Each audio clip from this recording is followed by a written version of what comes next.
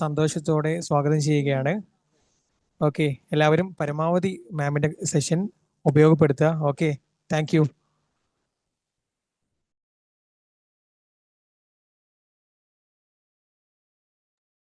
Okay, thank you, Faiz.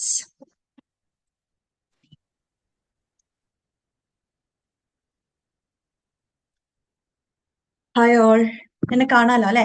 ഞാൻ audible ആണ്, visible ആണ് എന്ന് വിചാരിക്കുന്നു. ഒന്ന് കമന്റ് ബോക്സിൽ പറയണേ.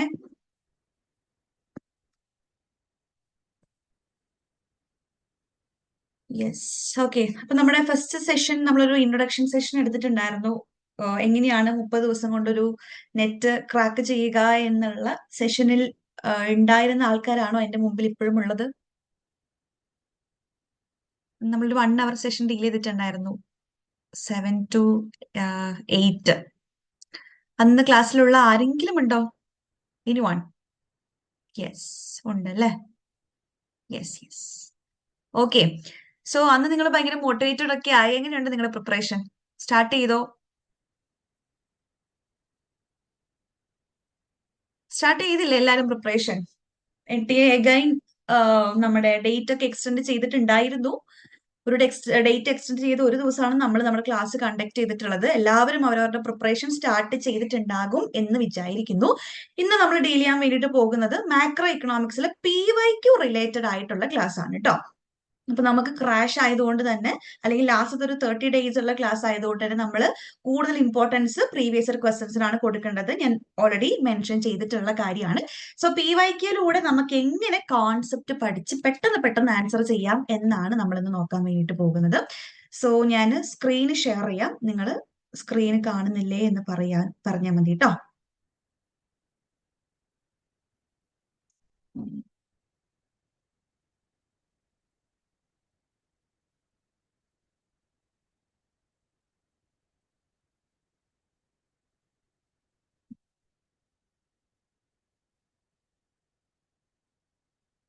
ഓക്കെ, സ്ക്രീൻ കാണുന്നില്ലേ? യെസ്, നമ്മൾ തുടങ്ങല്ലേ?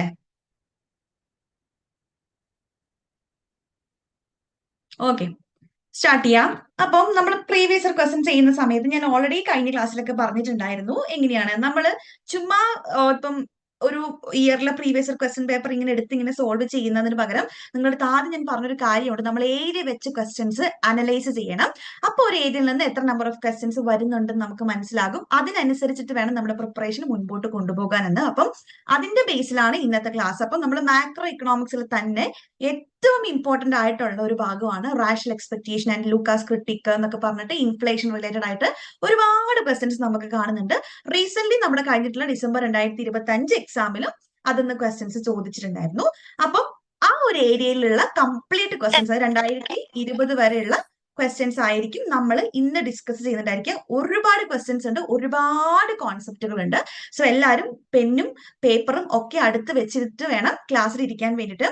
നമ്മുടെ ക്ലാസിന്റെ രൂപം പോകുന്നത് എങ്ങനെയാന്ന് വെച്ചിട്ടുണ്ടെങ്കിൽ, ഞാൻ ക്വസ്റ്റ്യൻസ് കാണിക്കും, നിങ്ങൾ ചാറ്റ് ബോക്സിൽ ആൻസർ പറയണം. അപ്പൊ എല്ലാവരും അവരവർക്ക് തോന്നുന്നത്, നിങ്ങൾ ക്വസ്റ്റ്യൻ വായിച്ചിട്ട് നിങ്ങൾക്ക് സ്യൂട്ടബിൾ ആയിട്ട് തോന്നുന്ന ആൻസർ കമന്റ് ചെയ്യുക.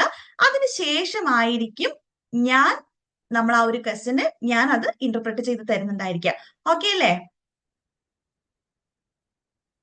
തുടങ്ങാം നമുക്ക്. എന്താടാ ആരും സ്റ്റാർട്ടിങ്ങിൽ തന്നെ ഒരു ഉഷാറില്ലാണ്ടിരിക്കുന്നത്? എല്ലാവരും പഠിക്കാനുള്ള ഒരു വ്യഗ്രതയിൽ ഇരിക്കുകയായിരിക്കുമെന്ന് ഞാൻ വിചാരിച്ചിട്ട് ഞാൻ തന്നെ തുടങ്ങുകയാണ് കേട്ടോ. സോ ഫസ്റ്റ് ക്വസ്റ്റ്യൻ ഞാൻ കാണിക്കാം. നിങ്ങൾ ഇങ്ങനെ പടപടാന്ന് എന്റെ കൂടെ ചാടി ആൻസർ പറയണം കേട്ടോ. എന്നാലേ നമുക്ക് ക്ലാസ് അടിപൊളിയായിട്ട് കൊണ്ടുപോകാൻ വേണ്ടിയിട്ട് പറ്റുള്ളൂ. സോ ഇത് നമ്മളെ റീസെന്റ് നടന്നിട്ടുള്ള എക്സാമിലെ ക്വസ്റ്റ്യൻ ആണ് കേട്ടോ. ഡിസംബർ 2025 ക്വസ്റ്റ്യൻ ആണ്. കൃത്യമായിട്ട് ക്വസ്റ്റ്യൻ വായിക്കാം കേട്ടോ. Which of the following is not true about the rational expectation? അപ്പം നമ്മൾ ഒരുപാട് സ്കൂൾ ഓഫ് തോട്ട് പഠിച്ചിട്ടുണ്ട്. ഏതോ ഒരു സ്കൂൾ ഓഫ് തോട്ടുമായിട്ട് റിലേറ്റഡ് ആയി നിൽക്കുന്ന കോൺസെപ്റ്റ് ആണ് റാഷണൽ എക്സ്പെക്ടേഷൻ ഒക്കെ നമുക്കറിയാം, അതൊക്കെ നമുക്ക് പറയാം. അപ്പം നിങ്ങൾ NTA ക്വസ്റ്റ്യൻ തരുമ്പോൾ കൃത്യമായിട്ട് ശ്രദ്ധിക്കേണ്ട ഒരു കാര്യമുണ്ട്. അവർ ചിലപ്പം which of the following is true about rational expectation എന്ന് ചോദിക്കാം, which of the following is not true about rational expectation എന്ന് ചോദിക്കാം. നമ്മുടെ ആ ഒരു പ്രസൻസ് ഓഫ് മൈൻഡിൽ ചിലപ്പം ഇത്രയും വലുതാക്കി അവർ നോട്ട് കാണിച്ചിട്ടുണ്ടെങ്കിലും നോട്ട് നമ്മൾ കണ്ടു എന്ന് വരില്ല. കാരണം ആ എക്സാമിന്റെ ആ ഒരു പ്രസൻസ് ഓഫ് മൈൻഡ് അങ്ങനെ ആയിരിക്കും. So which of the following is not true. നമ്മൾ ആൻസർ വായിക്കുമ്പോൾ ഇതൊക്കെ റാഷണൽ എക്സ്പെക്ടേഷനുമായിട്ട് റിലേറ്റഡ് ആണെന്ന് നമുക്ക് അറിയാൻ വേണ്ടിയിട്ട് പറ്റും. അപ്പൊ നമ്മൾ വിചാരിക്കും ഇതിൽ ഏതെങ്കിലും ഒന്നാണോ, ഏതെങ്കിലും ഒന്ന് നമ്മൾ കൊണ്ടേ കുത്തും. പക്ഷെ റാഷണൽ എക്സ്പെക്ടേഷനുമായിട്ട് റിലേറ്റഡ് അല്ലാത്തത് ഏത്, അല്ലെങ്കിൽ ശരിയല്ലാത്തത് ഏത്? ഈസി ക്വസ്റ്റ്യൻ ആണ്, ആർക്കും ആൻസർ ചെയ്യാം. പെട്ടെന്ന് ആൻസർ ചെയ്തേ. ഓക്കെ, എ പറയുന്നുണ്ട്. 3 പേര് എ പറഞ്ഞിട്ടുണ്ട്. ബാക്കിയുള്ള 20 പേർക്കും ആൻസർ ഇല്ലേ? പെട്ടെന്ന് പറഞ്ഞേ. നിങ്ങൾ ഒരാൾ ഇന്ന് ആൻസർ പറഞ്ഞു എന്ന് വിചാരിച്ച് നിങ്ങൾ അത് തന്നെ പറയാൻ നിർബന്ധമില്ല.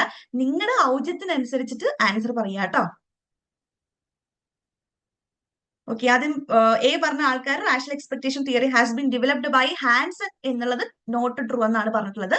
It is used in decision making by household, firms and labor for market expectation about the relevant variables എന്നുള്ളത് അടുത്തൊരു ഓപ്ഷൻ ഉണ്ട്. Rational expectation uses all relevant information എന്നുള്ളത് വേറൊരു ഓപ്ഷൻ ഉണ്ട്. It is not an error free expectation എന്നുള്ളതും ഒരു ആൻസറിലുണ്ട്. Okay, ജിജോയും A ആണ് answer പറയുന്നത്. നിങ്ങൾ എല്ലാവരും ആൻസർ നിർബന്ധമായിട്ടും കമന്റ് ചെയ്യുക കേട്ടോ. MCQ ചെയ്ത് പഠിക്കുന്ന ഒരു എന്താ പറയുക അവസരം കൂടിയാണ് നിങ്ങൾക്കിത്. സോ സമയം വേസ്റ്റ് ചെയ്യരുതേ. എല്ലാരും പറയാ, ഒരു മടി വിചാരിക്കേണ്ട, തെറ്റിപ്പോന്നുള്ളൊന്നും ഒരു മടി വിചാരിക്കേണ്ട. അവനവന് തോന്നുന്നത് പറയാം. നമ്മൾ തെറ്റിയിട്ടാണല്ലോ പഠിക്കുക. ഇപ്പൊ ക്വസ്റ്റ്യൻ നിങ്ങൾ കണ്ടിട്ടല്ലേ ഉള്ളൂ. തെറ്റിക്കോട്ടെ, നോ പ്രോബ്ലം. അത് ഡിസ്കസ് ചെയ്യാനാണ് ഞാൻ വന്നിരിക്കുന്നത് കേട്ടോ. യെസ്, പോരട്ടെ അങ്ങനെ ആൻസേഴ്സ്.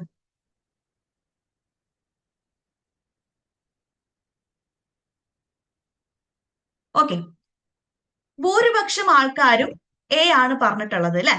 അപ്പൊ നമുക്ക് കൃത്യമായിട്ട് ആൻസറിലേക്ക് പോകുന്നതിന് മുൻപ് എന്തൊക്കെയാണ് ഈ റാഷണൽ എക്സ്പെക്ടേഷൻ ഹൈപ്പോത്തസിസ് എന്നൊക്കെ ജസ്റ്റ് ഞാന് പറയുന്നതിന് മുൻപ് ഞാൻ ജൂൺ 2025 1-2 ക്വസ്റ്റ്യൻസ് കാണിക്കാം. എന്തുകൊണ്ട് ഞാൻ ആ ക്വസ്റ്റ്യന്റെ ആൻസർ പറഞ്ഞില്ല എന്ന് ചോദിച്ചിട്ടുണ്ടെങ്കിൽ നിങ്ങൾക്ക് ആ ഒരു റിപ്പീറ്റഡ് പാറ്റേൺ കാണിച്ചു തരാൻ വേണ്ടിയിട്ടാണ് കേട്ടോ. ആ കോൺസെപ്റ്റ് കംപ്ലീറ്റ്ലി നമ്മൾ ഇനി ഞാൻ കാണിക്കുന്ന ഓരോരോ കോൺസെപ്റ്റിലും പഠിച്ചതിന് ശേഷം നമ്മൾ ആ ക്വസ്റ്റ്യനിലേക്ക് തിരിച്ചു വരും. ഇപ്പൊ ആ ക്വസ്റ്റ്യൻസ് അവിടെ നിൽക്കട്ടെ. ഓക്കെ, ഇത് ജൂൺ 2025 ക്വസ്റ്റ്യൻ ആണ് കേട്ടോ.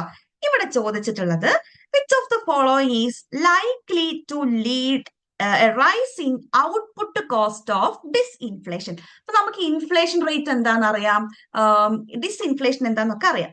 അപ്പൊ നമ്മുടെ ഈ ഔട്ട്പുട്ട് കോസ്റ്റ് ഓഫ് ഡിസ്ഇൻഫ്ലേഷന് ഇൻക്രീസ് ചെയ്യാൻ കാരണമാകുന്നത് ഏതെന്നാണ് ചോദിച്ചിട്ടുള്ളത്. ഓക്കെ, ഔട്ട്പുട്ട് കോസ്റ്റ് ഓഫ് ഡിസ്ഇൻഫ്ലേഷൻ അതിനെ ഇൻക്രീസ് ചെയ്യിപ്പിക്കാൻ കാരണമായിട്ടുള്ളത് ഏതാണ്? ഇതിലൊന്ന് ആൻസർ ചെയ്തേ.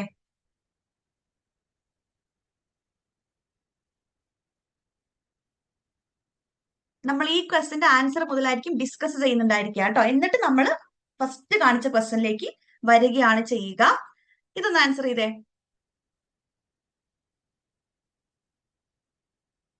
പെട്ടെന്ന് ചെയ്യട്ടോ. ജസ്റ്റ് ഒരു 1 മിനിറ്റ് സമയം തരും ഓരോരോ ക്വസ്റ്റ്യനും. നിങ്ങൾ പെട്ടെന്ന് ചെയ്യാം. 1 മിനിറ്റും ഇല്ല, ഒരു 30 സെക്കൻഡ് സമയം തരും. യെസ്, ചെയ്യുന്നുണ്ട്. ആൻസർ ഡി വരുന്നുണ്ട്. പോരട്ടെ, നിങ്ങൾ റെസ്പോണ്ട് ചെയ്യണം കേട്ടോ. ഭാവിയിലെ ടീച്ചേഴ്സ് ആണ് എന്റെ മുമ്പിൽ ഇരിക്കുന്നത്. അപ്പം നിങ്ങൾ ഇങ്ങനെ മടിച്ചിരിക്കാൻ വേണ്ടിയിട്ട് പാടില്ല. ഡി വരുന്നുണ്ട്, സി വരുന്നുണ്ട്, ഡി വരുന്നുണ്ട്.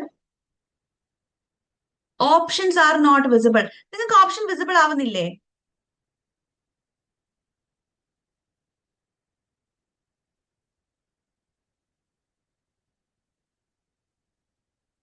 സ്ലൈഡ് മാറുന്നില്ലേ നിങ്ങൾക്ക്? ഓപ്ഷൻ യെസ്, വിസിബിൾ ആവുന്നുണ്ട്. ഓക്കെ, മനു ഒന്നുകൂടി ലെഫ്റ്റ് ആയിട്ട് ജോയിൻ ചെയ്ത് നോക്കൂ കേട്ടോ. മേ ബി വല്ല നെറ്റ്വർക്ക് ഇഷ്യൂ അല്ലെങ്കിൽ ഇയാളുടെ ഫോണിന്റെ ഇഷ്യൂ അങ്ങനെ എന്തെങ്കിലും ആയിരിക്കും. ഒന്നുകൂടി ജോയിൻ ചെയ്ത് നോക്കൂ.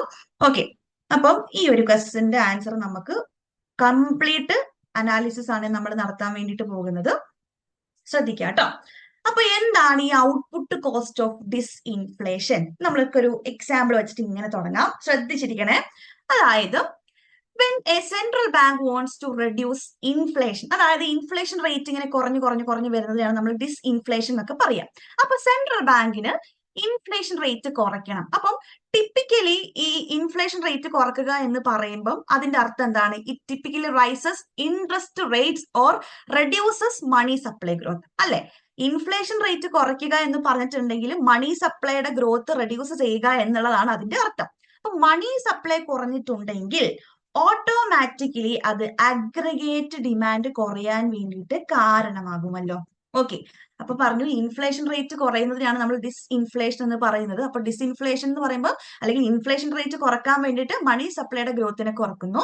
മണി സപ്ലൈയുടെ ഗ്രോത്ത് കുറയുന്ന സമയത്ത് അഗ്രിഗേറ്റ് ഡിമാൻഡ് കുറയുന്നു.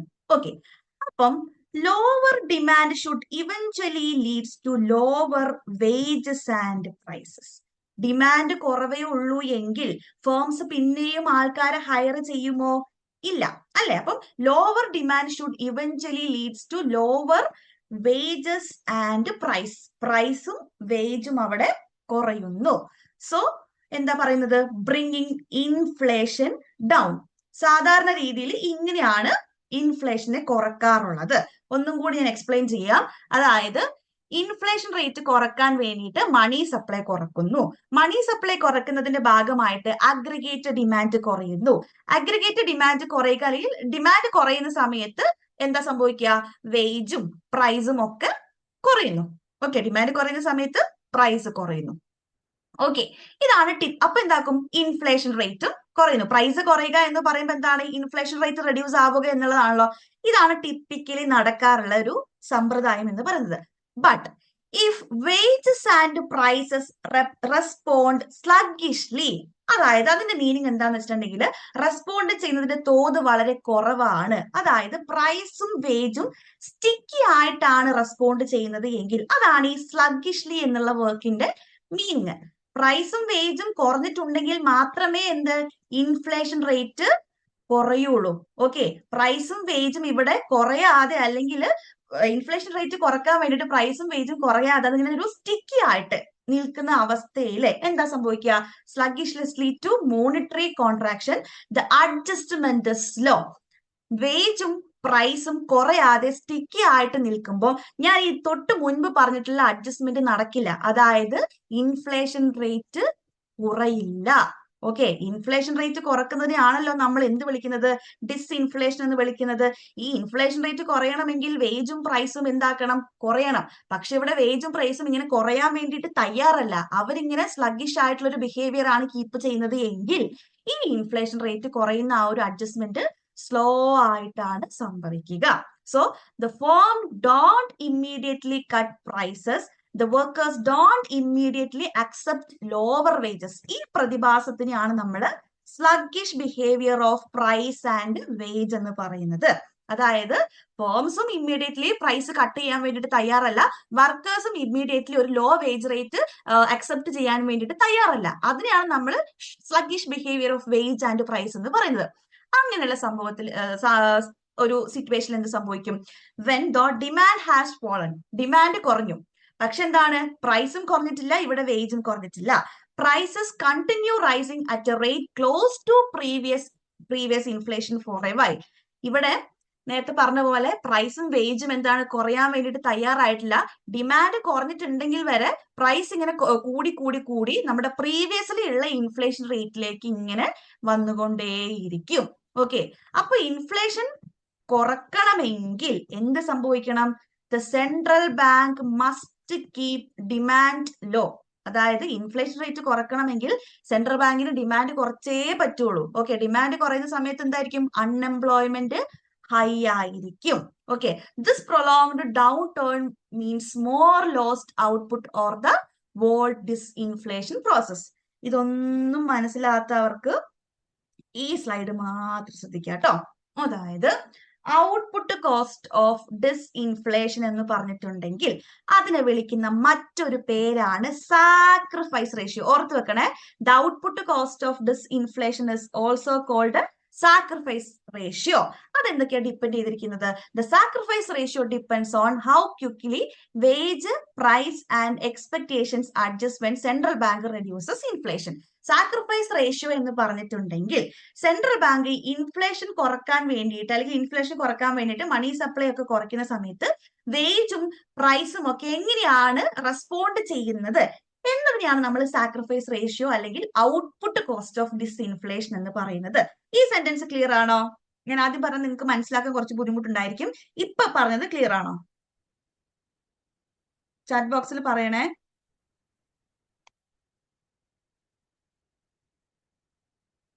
നിങ്ങൾ ചാറ്റ് ബോക്സിൽ റെസ്പോണ്ട് ചെയ്യാൻ നമ്മൾ ക്ലാസ് മുമ്പോട്ട് പോകാൻ പറ്റൂല കേട്ടോ.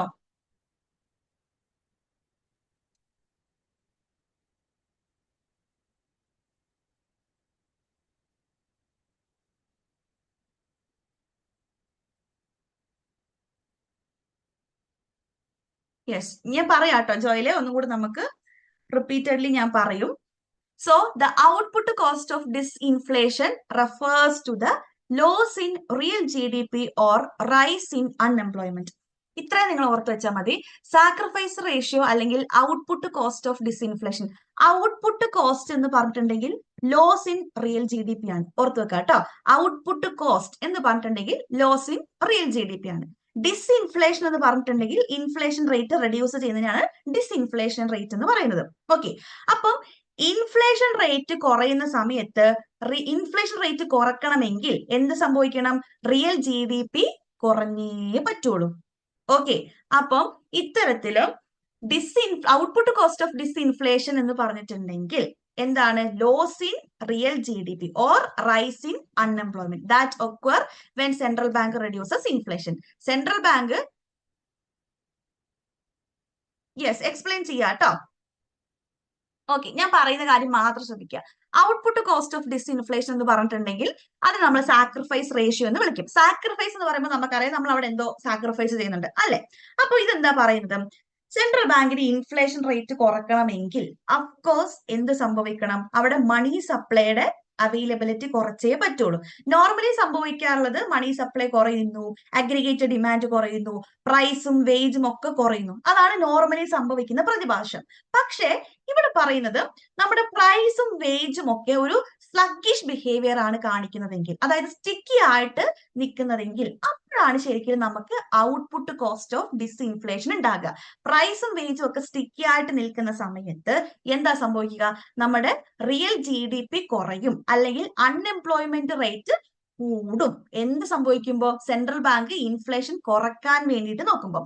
അതിനെയാണ് നമ്മൾ ഔട്ട്പുട്ട് കോസ്റ്റ് ഓഫ് ഡിസ്ഇൻഫ്ലേഷൻ എന്ന് പറയുന്നത്. ഇപ്പൊ ക്ലിയർ ആണോ? അനുനന്ദയല്ലേ ചോദിച്ചത്? അനുനന്ദ നായർ.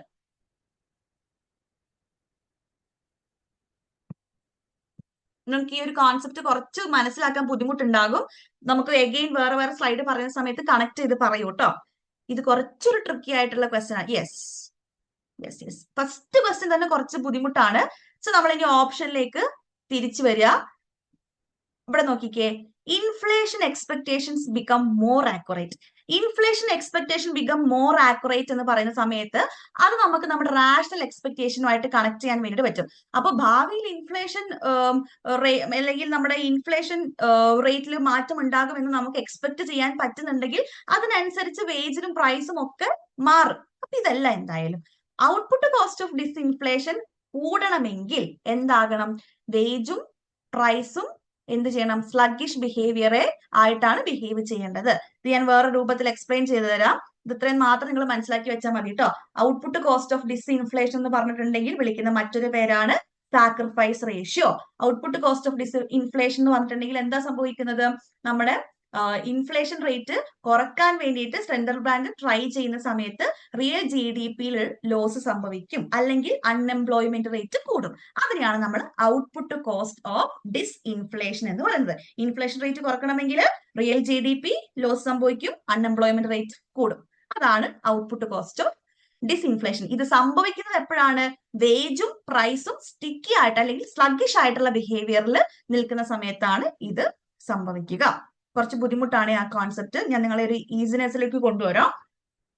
ഓക്കെ ഓക്കെ, ഈ ക്വസ്റ്റ്യൻ ഒന്ന് നോക്കിക്കേ. Which of the following are not an assumption of policy ineffectiveness proposition? അപ്പം പോളിസി ഇൻഎഫക്റ്റീവ്നെസ് പ്രൊപ്പോസിഷന്റെ അസംഷൻ അല്ലാത്തത് ഏത്? നേരത്തേതായി NTA നോട്ട് തന്നിട്ടുണ്ടായിരുന്നത് വലിയ രീതിയിൽ ക്യാപിറ്റൽ ലെറ്ററിൽ നോട്ട് എന്നായിരുന്നു. അത് നമുക്ക് പിന്നെയും കാണാൻ വേണ്ടിയിട്ട് പറ്റും. പക്ഷെ ഇങ്ങനെ which of the following are not an assumption of policy ineffectiveness proposition എന്ന് പറയുമ്പോൾ നമ്മൾ ഇതൊന്നും പെട്ടെന്ന് കണ്ടു എന്ന് വരില്ല. ആൻസർ ചെയ്തേ. പോളിസി ഇൻഎഫക്റ്റീവ്നെസ് പ്രൊപ്പോസിഷന്റെ അസംഷൻസ് അല്ലാത്തത് ഏത് എന്നാണ് ക്വസ്റ്റ്യൻ.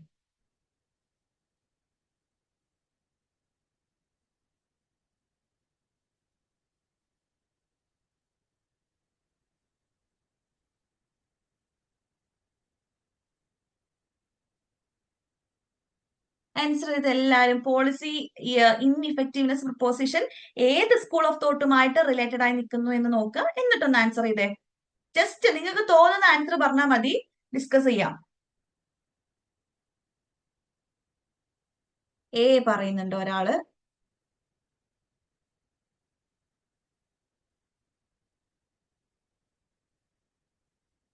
വേഗം വേഗം പറയൂ. ACC പറഞ്ഞ ഒരു 5-6 പേരെങ്കിലും ആൻസർ ചെയ്താൽ നമുക്ക് ഇതിന്റെ എക്സ്പ്ലനേഷനിലേക്ക് പോകാൻ പറ്റുള്ളൂ കേട്ടോ. ജിജോയും മനുവും മാത്രമേ ഉള്ളോ ക്ലാസ്സില്?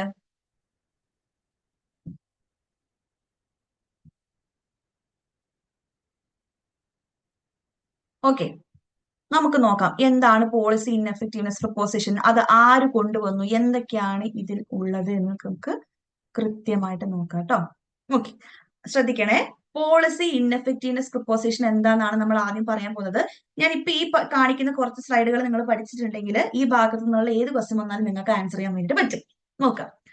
അപ്പം പോളിസി ഇൻഇഫക്റ്റീവ്നെസ് ആണ് അല്ലെ. അപ്പൊ പോളിസി ഇൻഎഫക്റ്റീവ്നെസ് എന്ന് പറയുമ്പോൾ പോളിസി എഫക്റ്റ് ആവുന്നില്ല, ഇൻഇഫക്റ്റ് ആവുക എന്നാണല്ലോ അതിന്റെ അർത്ഥം. ഇവിടെ നോക്കാം.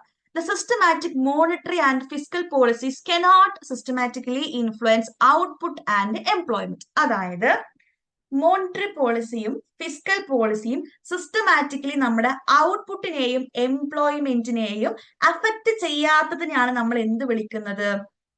ഇൻഇഫക്റ്റീവ്നെസ് പ്രൊപ്പോസിഷൻ എന്ന് വിളിക്കുന്നത്. Okay, only unexpected or unanticipated policy change can affect the real variables. Okay, അപ്പൊ കൃത്യമായിട്ട് നിങ്ങൾ ശ്രദ്ധിക്കണം. പോളിസി ഇൻഎഫക്റ്റീവ്നെസ് എന്ന് പറഞ്ഞിട്ടുണ്ടെങ്കിൽ നമ്മളിപ്പം മണി റിലേറ്റഡ് ഒക്കെ ആയിട്ട് ഒരുപാട് കോൺസെപ്റ്റുകൾ പഠിക്കുന്നുണ്ട്. അപ്പൊ ഈ പോളിസി ഇൻഎഫക്റ്റീവ്നെസ് പ്രൊപ്പോസിഷൻ ക്ലാസ് എന്താണ് ന്യൂ ക്ലാസിക്കൽ സ്കൂൾ ഓഫ് തോട്ടിന്റെ ഒരു കോൺട്രിബ്യൂഷൻ ആണ്. അപ്പം അവരുടെ അഭിപ്രായ പ്രകാരം അവർ പറയുന്നത് ആന്റിസിപ്പേറ്റഡ് ആയിട്ടുള്ള അല്ലെങ്കിൽ നമ്മൾ എക്സ്പെക്ട് ചെയ്യുന്ന ചേഞ്ചസ് ആണെങ്കിൽ അതൊരിക്കലും നമ്മുടെ ഔട്ട്പുട്ടിലും എംപ്ലോയ്മെന്റിലും ഒന്നും മാറ്റം ഉണ്ടാക്കില്ല. അൺആന്റിസിപ്പേറ്റഡ് ആയിട്ടുള്ള അല്ലെങ്കിൽ അൺഎക്സ്പെക്റ്റഡ് ആയിട്ടുള്ള ചേഞ്ചസ് മാത്രമേ നമ്മുടെ റിയൽ വേരിയബിൾ ആയിട്ടുള്ള ഔട്ട്പുട്ടിലും എംപ്ലോയ്മെന്റിലും മാറ്റം വരുത്തുകയുള്ളൂ. Okay, only unanticipated policy changes can affect real variables.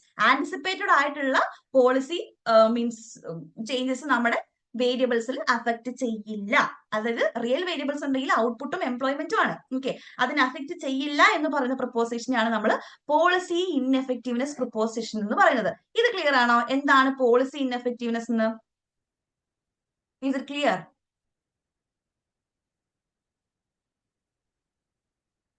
പറഞ്ഞ ചാറ്റ് ബോക്സിൽ ക്ലിയർ ആണോ? യെസ്, ജിജോയ്ക്ക് മാത്രമേ ക്ലിയർ ഉള്ളൂ. വേഗം പറയണം നിങ്ങള്. Yes yes. ഇനി ഇവിടെ ശ്രദ്ധിച്ചേ, അടുത്തത് ഇതാണ് നമ്മുടെ ഇന്നത്തെ മെയിൻ ആയിട്ടുള്ള ഒരു അജണ്ട കേട്ടോ. അപ്പൊ ഈ പോളിസി ഇൻഎഫക്റ്റീവ്നെസ് പ്രൊപ്പോസിഷൻ കൊണ്ടുവന്നിട്ടുള്ളത് ന്യൂ ക്ലാസിക്കൽ ഇക്കണോമിക്സ് ആണ്. അപ്പൊ ന്യൂ ക്ലാസിക്കൽ ഇക്കണോമിക്സ് എന്ന് പറയുമ്പോൾ തന്നെ നിങ്ങളുടെ മനസ്സിലേക്ക് ആദ്യം വരേണ്ട പേര് റോബർട്ട് ലൂക്കാസ് ആണ്. രണ്ടാമത് സാർജന്റ് ആൻഡ് വാലൻസ്. ഓക്കെ, അപ്പം ന്യൂ ക്ലാസിക്കൽ ഇക്കണോമിക്സിന്റെ ഒരു പ്രൊപ്പോസിഷൻ ആണ് റാഷണൽ എക്സ്പെക്ടേഷൻ ഹൈപ്പോത്തസിസ്. അത് വന്നിട്ടുള്ള ഇയർ നിർബന്ധമായിട്ടും ഓർത്ത് വെക്കണം. 1970 ആണ്. 1970 റോബർട്ട് ലൂക്കാസ് എന്നുള്ള പേരും നിങ്ങൾ ഓർത്തു വെക്കാം. അപ്പം ന്യൂ ക്ലാസിക്കൽ ഇക്കണോമിക്സിലാണ് നമ്മൾ എന്ത് റാഷണൽ എക്സ്പെക്ടേഷൻ ഹൈപ്പോത്തീസിസ് കൊണ്ടുവന്നിട്ടുള്ളത്. അപ്പം rational expectation hypothesis new classical ഇക്കണോമിക്സുമായിട്ട് റിലേറ്റഡ് ആയി നിൽക്കുന്നു എന്ന് ഓർത്ത് വെക്കുക.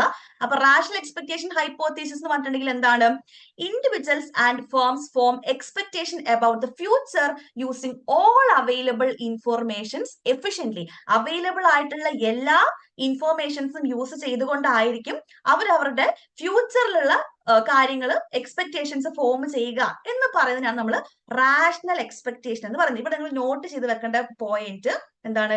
Using all available informations. ഇൻഡിവിജ്വൽസും ഫേംസും അവരുടെ ഫ്യൂച്ചർ എക്സ്പെക്ടേഷൻസ് ഫോം ചെയ്യുന്നതായിരിക്കും എല്ലാ അവൈലബിൾ ആയിട്ടുള്ള എല്ലാ ഇൻഫോർമേഷൻസും യൂസ് ചെയ്തുകൊണ്ടാണ്.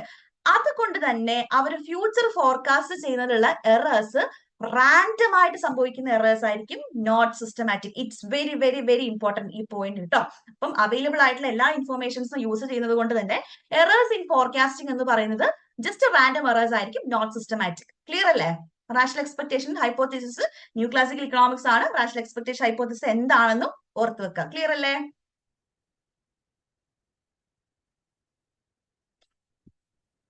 ക്ലിയർ ആയിരിക്കും. അടുത്തതാണ് പോളിസി ഇൻഇഫക്റ്റീവ്നെസ് പ്രിപ്പോസിഷൻ കേട്ടോ. Policy ineffectiveness proposition. അപ്പൊ ന്യൂ ക്ലാസിക്കൽസിന്റെ അണ്ടറിൽ വരുന്നതാണ് rational expectation hypothesis. Policy ineffectiveness അല്ല, മാർക്കറ്റ് ക്ലിയറിംഗ് അസംഷൻ കേട്ടോ. മാർക്കറ്റ് ക്ലിയറിംഗ് അസംഷൻ എന്ന് പറഞ്ഞിട്ടുണ്ടെങ്കിൽ വേജ് പ്രൈസ് ഫ്ലെക്സിബിലിറ്റിനെ കുറിച്ചാണ് അവിടെ പറയുന്നത്. Wage price flexibility. ഞാൻ പറയുന്ന പോയിന്റ് നിങ്ങൾ ഓർത്ത് വെക്കണം കേട്ടോ. ന്യൂ ക്ലാസിക്കൽ എക്കണോമിക്സ് എന്ന് എഴുതുക, അതിന്റെ തൊട്ട് താഴെ റാഷണൽ എക്സ്പെക്ടേഷൻ ഹൈപ്പോത്തിസിസ് എഴുതുക, രണ്ടാമത് market clearing assumption or wage price flexibility എന്ന് എഴുതി വെക്കുക. എഴുതിയോ? സേതുലക്ഷ്മി, അനുനന്ദ, ജിജോ, മനു എല്ലാരും എഴുതിയോ?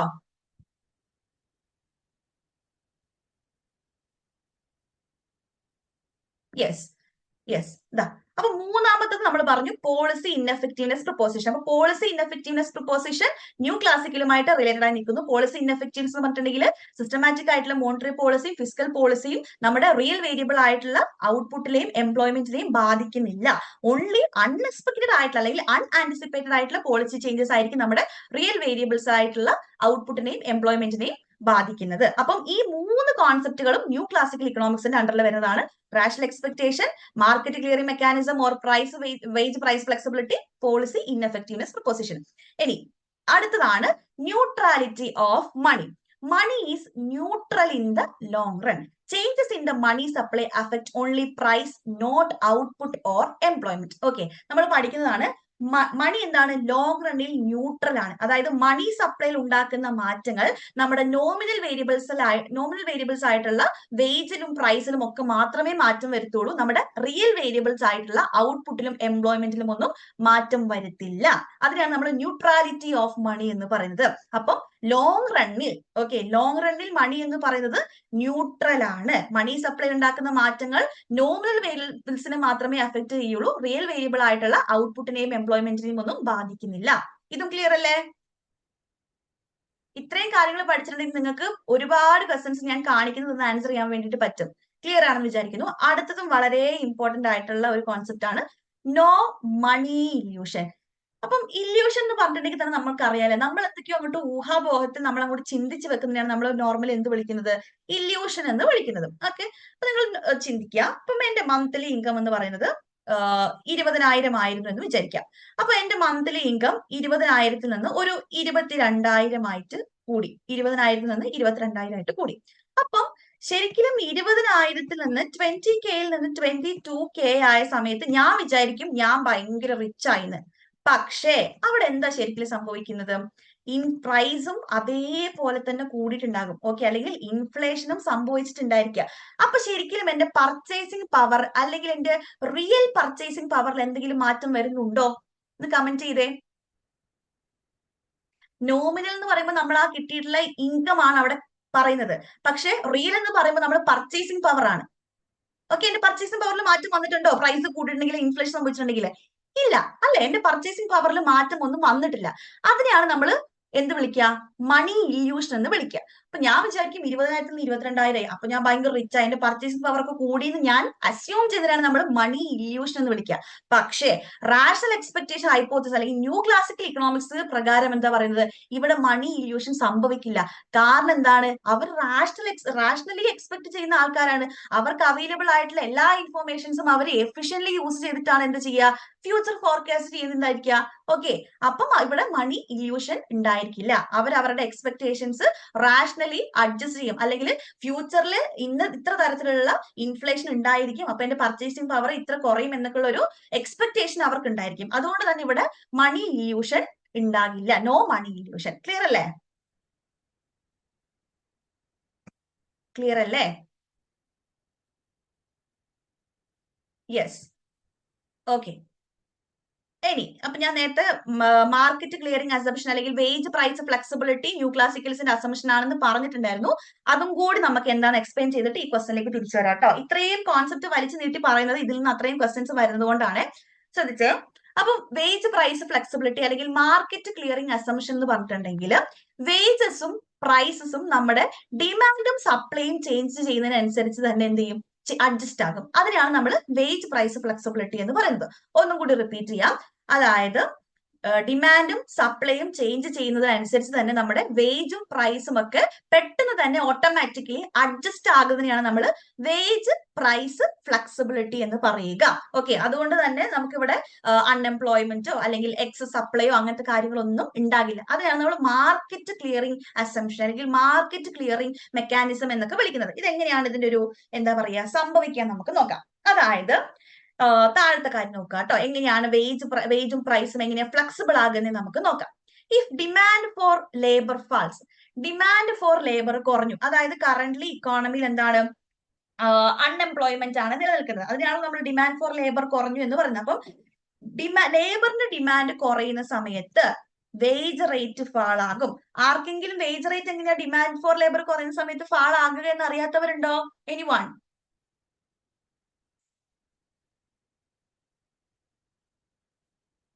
ആരെങ്കിലും ഉണ്ടോ? അതായത് കറന്റ്ലി നമ്മുടെ ഇക്കോണമിയിൽ ഡിമാൻഡ് ഫോർ ലേബർ ഫാൾ ചെയ്തു, അതായത് അൺഎംപ്ലോയ്മെന്റ് ആണെന്നതിന്റെ അർത്ഥം. അപ്പം ഡിമാൻഡ് ഫോർ ലേബർ കുറയുന്ന സമയത്ത് വേജ് റേറ്റ് കുറഞ്ഞു. വേജ് റേറ്റ് കുറയുന്ന സംഭവം വേജ് റേറ്റ് കുറയുന്ന സമയത്ത് ഫേംസിനെ സംബന്ധിച്ച് അവരെന്ത് വിചാരിക്കും? കൂടുതൽ ആൾക്കാരെയും കൂടെ ഹയർ ചെയ്യും, അല്ലെ? അപ്പൊ കുറച്ച് വേജ് കൊടുത്താൽ മതി എന്നുണ്ടെങ്കിൽ കൂടുതൽ ആൾക്കാരും കൂടെ ഫേംസ് ഹയർ ചെയ്യും. ഓട്ടോമാറ്റിക്കലി നമ്മുടെ ഇക്കോണമിയിലുള്ള അൺഎംപ്ലോയ്മെന്റ് ഡിസപ്പിയർ ആകും. നമ്മൾ സ്റ്റാർട്ട് ചെയ്തത് എവിടെയാണ്? ഡിമാൻഡ് ഫോർ ലേബർ ഫാൾ ചെയ്തു, അല്ലെങ്കിൽ അൺഎംപ്ലോയ്മെന്റ് ആണ് നിലനിൽക്കുന്നത് എന്നുള്ള വെച്ചിട്ടാണ് നമ്മൾ സ്റ്റാർട്ട് ചെയ്തത്. പക്ഷെ നമ്മളത് സ്റ്റാർട്ട് ചെയ്ത് എവിടെ എത്തി? അൺഎംപ്ലോയ്മെന്റ് ഡിസപ്പിയർ ആകുന്ന സിറ്റുവേഷനിൽ എത്തി. ഓക്കെ, കറന്റ്ലി ഇക്കോണമിയിൽ ഡിമാൻഡ് ഫോർ ലേബർ ഫാൾ ചെയ്തു, അല്ലെങ്കിൽ കുറവാണ്, അല്ലെങ്കിൽ അൺഎംപ്ലോയ്മെന്റ് ആണ് നിലനിൽക്കുന്നത്. അപ്പൊ എന്ത് സംഭവിക്കും? വേജ് കുറയും. വേജ് കുറയുന്ന സമയത്ത് എന്താകും? ഫേംസിനെ സംബന്ധിച്ചത് പ്രോഫിറ്റബിൾ ആണ്. അവർ കുറെ കൂടി വർക്കേഴ്സിനെ ഹയർ ചെയ്യും. കുറെ കൂടി വർക്കേഴ്സിനെ ഹയർ ചെയ്യുക എന്ന് പറയുമ്പോൾ കൂടുതൽ ആൾക്കാർക്ക് പിന്നെയും ജോബ് ഓപ്പർച്യൂണിറ്റി കിട്ടുകയാണല്ലോ. അപ്പൊ ഇക്കോണമിയിലുള്ള അൺഎംപ്ലോയ്മെന്റ് ഡിസപ്പിയർ ആകും. ഓക്കെ, അപ്പൊ എന്തായി? നമ്മുടെ ലേബർ മാർക്കറ്റ് ക്ലിയർ ആയല്ലോ. ഇത് മനസ്സിലായോ? എല്ലാവർക്കും മനസ്സിലായോ? ജിജോ, ഫാത്തിമ, സേതുലക്ഷ്മി, മനു പ്രസാദ്, ക്ലിയർ അല്ലേ എല്ലാവർക്കും? അലീന, യെസ്. ഓക്കെ, അപ്പം ലേബർ മാർക്കറ്റിന്റെ കാര്യം നമ്മൾ പറഞ്ഞു. ഇനി ഗുഡ്സ് മാർക്കറ്റ് ഇതിലും സിമ്പിൾ ആണ്. എങ്ങനെയാണ്? നമ്മൾ ഗുഡ്സിന്റെ ഡിമാൻഡ് ഫാള് ചെയ്തു. ഗുഡ്സിന്റെ ഡിമാൻഡ് ഫാള് ചെയ്തിട്ടുണ്ടെങ്കിൽ ഓട്ടോമാറ്റിക്കലി എന്തായിരിക്കും? പ്രൈസ് കുറയും. പ്രൈസ് കുറയുമ്പോൾ എന്തായിരിക്കും? കൺസ്യൂമേഴ്സിന്റെ ഡിമാൻഡ് കൂടും. കൺസ്യൂമേഴ്സിന്റെ ഡിമാൻഡ് കൂടുമ്പോൾ ഓട്ടോമാറ്റിക്കലി നമ്മുടെ ഇക്കോണമിയിൽ നിലനിന്നിരുന്ന എക്സസ് സപ്ലൈ റിമൂവ് ആകും. സിമ്പിൾ അല്ലേ? അല്ലേ? കറന്റ്ലി നമ്മൾ സ്റ്റാർട്ട് ചെയ്തത് ഗുഡ്സിന്റെ ഡിമാൻഡ് ലോ ആണ് എന്നുള്ള സ്ഥലത്തു നിന്നാണ്. ഡിമാൻഡ് ഫോർ ഗുഡ്സ് കുറയുന്ന സമയത്ത് പ്രൈസ് കുറയും. പ്രൈസ് കുറയുമ്പോൾ കൺസ്യൂമേഴ്സിന്റെ ഡിമാൻഡ് കൂടും. കൺസ്യൂമേഴ്സിന്റെ ഡിമാൻഡ് കൂടിയിട്ടുണ്ടെങ്കിൽ എക്സസ് സപ്ലൈ റിമൂവ് ആകും.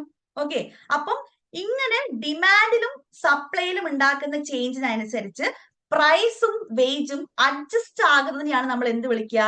പ്രൈസ് വേജ് അല്ലെങ്കിൽ വേജ് പ്രൈസ് ഫ്ലെക്സിബിലിറ്റി എന്ന് വിളിക്കുക. അപ്പം ഈ മെക്കാനിസം ഇങ്ങനെ നടന്ന് നമ്മുടെ ഇക്വിലിബ്രിയത്തിലേക്ക് ഓട്ടോമാറ്റിക്കലി അത് റീസ്റ്റോർ ആകും. ഓക്കെ, ഗവൺമെന്റ് ഇന്റർവെൻഷൻ ഒന്നും ഇല്ലാതെ റീസ്റ്റോർ ആകും. ഇതിനാണ് നമ്മൾ വേജ് പ്രൈസ് ഫ്ലെക്സിബിലിറ്റി എന്ന് വിളിക്കുക. ഇത് ക്ലിയർ ആണോ? ക്ലിയർ ആണോ എന്താ വേജ് പ്രൈസ് ഫ്ലെക്സിബിലിറ്റി എന്ന്? യെസ്. അപ്പം നിങ്ങൾ മറക്കരുത്, നമ്മൾ പറഞ്ഞു new classical economics Robert Lucas എന്ന പേര് ഓർത്ത് വെക്കണം. 1970 ആണെന്ന് ഓർത്ത് വെക്കണം. അവര് ആദ്യമായിട്ട് നമ്മൾ ഏറ്റവും ഓർത്ത് വെക്കേണ്ടത് റാഷണൽ എക്സ്പെക്ടേഷൻ ഹൈപ്പോത്തിസിസ് ആണ്. പിന്നെ പോളിസി ഇൻഎഫക്റ്റീവ്നെസ് പ്രൊപ്പോസിഷൻ ആണ്. വേജ് പ്രൈസ് ഫ്ലെക്സിബിലിറ്റി ഉണ്ട്. നോ മണി ഇല്യൂഷൻ ഉണ്ട്. പിന്നെന്താണ്? Neutrality of money. ഇത്രയും കോൺസെപ്റ്റുകളാണ് നമ്മൾ റാഷണൽ എക്സ്പെക്ടേഷനിൽ ഓർത്ത് വെക്കേണ്ടത്. ഇനി ഈ ക്വസ്റ്റ്യനിലേക്ക് നമുക്ക് നേരെ തിരിച്ചു വന്നാം. നിങ്ങൾ നോക്കിക്കേ, പോളിസി ഇൻഎഫക്റ്റീവ്നെസ് പ്രൊപ്പോസിഷന്റെ അസംഷൻസ് അല്ലാത്തത് ഏത് എന്നാണ് ചോദിച്ചിട്ടുള്ളത്. അപ്പം പോളിസി ഇൻഎഫക്റ്റീവ്നെസ് എന്ന് പറയുമ്പോൾ തന്നെ നിങ്ങളുടെ മനസ്സിലേക്ക് റാഷണൽ എക്സ്പെക്ടേഷൻ ഹൈപ്പോത്തീസിസ് വരണം. ഓക്കെ, അപ്പൊ പോളിസി ഇൻഎഫക്റ്റീവ്നെസ് പ്രൊപ്പോസിഷനും റാഷണൽ എക്സ്പെക്ടേഷനും കണക്റ്റഡ് ആണ്. നമുക്ക് എന്തായാലും അറിയാം ഇത് രണ്ട് കണക്റ്റഡ് ആണ്. അപ്പൊ ഇവിടെ നോട്ട് ആൻഡ് അസംഷനാണ് ചോദിച്ചത്. റാഷണൽ എക്സ്പെക്ടേഷൻ ഹൈപ്പോത്തീസിസ് എന്തായാലും ഇതിൽ വരുന്നതാണ്. അപ്പൊ ഇത് നമുക്ക് എടുക്കാൻ പറ്റില്ല. Policy changes are not anticipated. ഇത് നമുക്ക് എടുക്കാൻ പറ്റുമോ ഇല്ലയോ? നിങ്ങൾ പറഞ്ഞേ. Policy changes are not anticipated. ഇത് നമുക്ക് എടുക്കാൻ പറ്റുമോ? പിന്നെ economic agents have full information. ഈ റാഷണൽ എക്സ്പെക്ടേഷൻ ഹൈപ്പോത്തീസിസ് എന്ന് പറഞ്ഞിട്ടുണ്ടെങ്കിൽ തന്നെ നമുക്കറിയാം എന്താണ്, ഇക്കണോമിക് ഏജൻസിന് ഫുൾ ഇൻഫർമേഷൻസ് ഉണ്ടായിരിക്കും. അങ്ങനെയായിരിക്കും അവർ എന്ത് ചെയ്യുക, ഫ്യൂച്ചർ ഫോർകാസ്റ്റ് ചെയ്യുന്നുണ്ടായിരിക്കാം. ഇനി nominal variables influence economic decision, ഇത് എടുക്കാൻ പറ്റുമോ ഇല്ലയോ?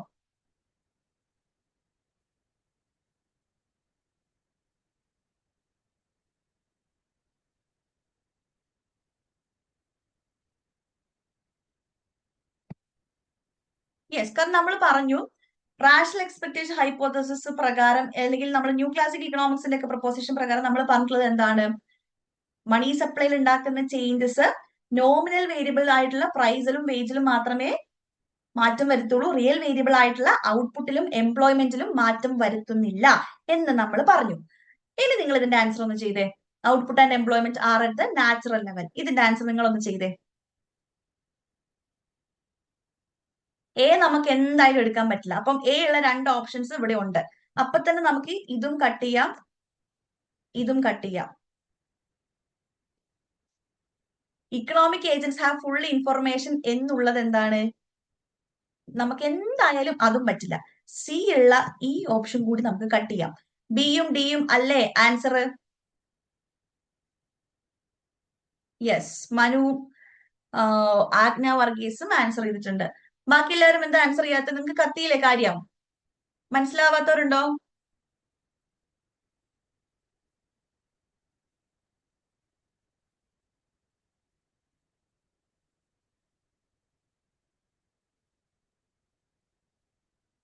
പറഞ്ഞ് കമന്റ് ചെയ്ത്. What will happen to the wage price flexibility in lockdown scenario when there is a market restrictions? Lockdown സെനോറിയയിൽ നമുക്ക് വേജ് പ്രൈസ് ഫ്ലെക്സിബിലിറ്റി, ഇപ്പൊ നമുക്ക് ഈ ലോക്ക്ഡൌൺ സെനറിയിലേക്ക് നമുക്ക് മേ ബി ലേബർ ഈ കോൺട്രാക്റ്റുകളൊക്കെ നിലനിൽക്കുമല്ലോ. അപ്പം ലേബർ കോൺട്രാക്റ്റുകളൊക്കെ നിലനിൽക്കുന്ന സിറ്റുവേഷൻ ആണ് എങ്കിൽ നമുക്ക് അവിടെ വേജ് പ്രൈസ് ഫ്ലെക്സിബിലിറ്റി എന്ന് പറയാൻ പറ്റില്ല, അല്ലെങ്കിൽ വേജ് ഫ്ലെക്സിബിലിറ്റി ഉണ്ടെന്ന് പറയാൻ വേണ്ടി പറ്റില്ല. അവിടെ ഒരു വേജ് റിജിഡിറ്റി ആയിരിക്കും നിലനിൽക്കുന്നുണ്ടായിരിക്കുക. Okay,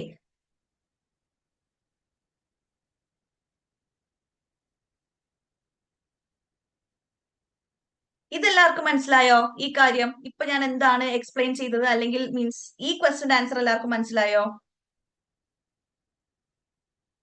yes.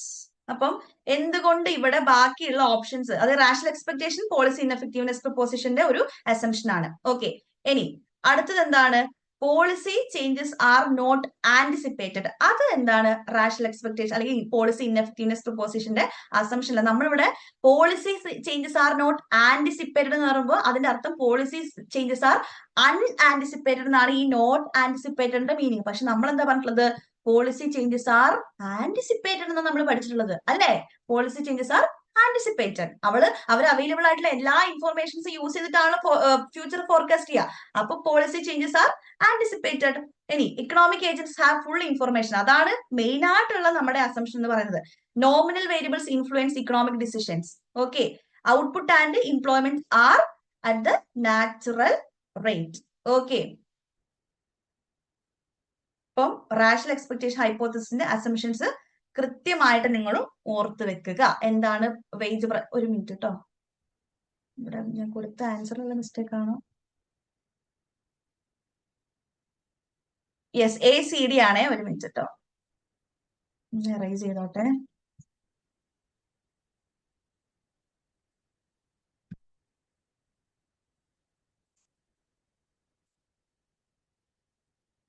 ഓക്കെ, ഇനി നമ്മൾ നേരത്തെ പഠിച്ചിട്ടുള്ള ആ ഒരു ആസ്പെക്ട് വെച്ചിട്ട് നിങ്ങൾ ഇതൊന്ന് ആൻസർ ചെയ്തേ. Which of the following are true about new classical approach? New classical അപ്രോച്ചിന്റെ അസംഷൻസ് നമ്മൾ പറഞ്ഞിട്ടുണ്ടായിരുന്നു, അത് വെച്ചിട്ട് ഇതൊന്ന് ആൻസർ ചെയ്തേ.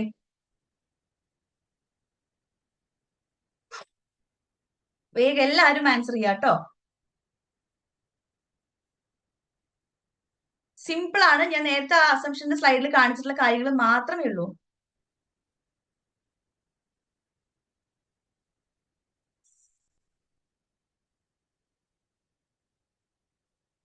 പെട്ടെന്ന് ഒരു മിനിറ്റ് സമയം കൊണ്ട് പെട്ടെന്ന് ആൻസർ ചെയ്യും.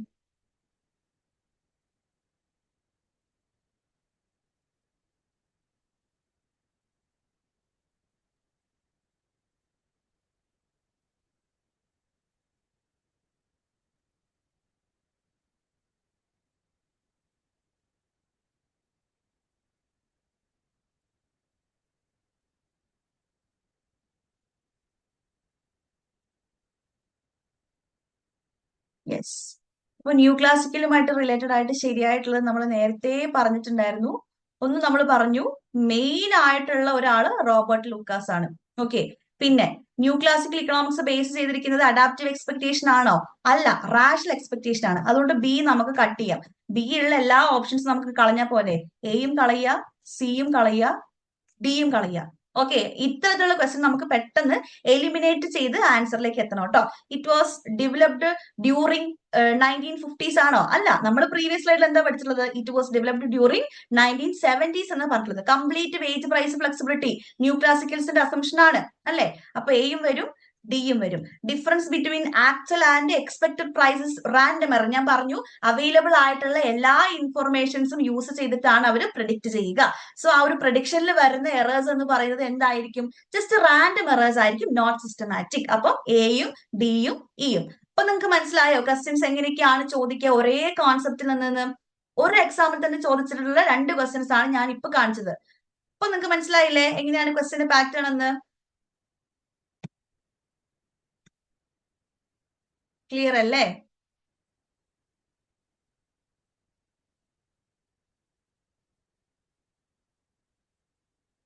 യെസ്.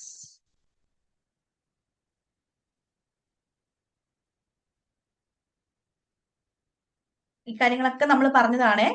ഈ ചോദ്യം എക്സ്പ്ലെയിൻ ചെയ്യുന്നില്ല. ഇതാ അടുത്ത ക്വസ്റ്റ്യൻ.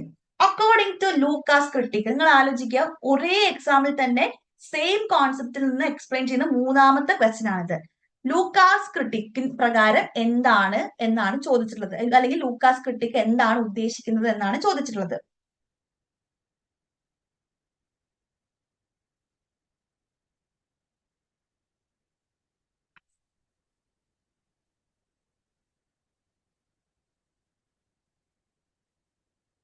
പെട്ടെന്ന് ആൻസർ ചെയ്തേ.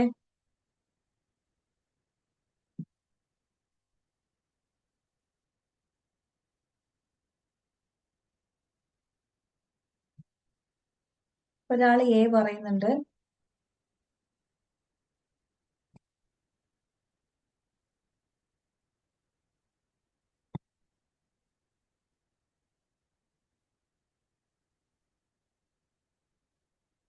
വേഗം എല്ലാവരും ആൻസർ ചെയ്തേ. ലൂക്കാസ് ക്രിട്ടിക് നിങ്ങൾക്ക് അറിയില്ല. അറിയില്ലെങ്കിൽ നമുക്ക് എക്സ്പ്ലെയിൻ ചെയ്യാം. ജസ്റ്റ് ഇപ്പൊ നിങ്ങളുടെ ഇപ്പോഴത്തെ ഒരു പ്രസൻസ് ഓഫ് മൈൻഡ് വെച്ചിട്ടുള്ള ആൻസർ പറഞ്ഞാൽ മതി.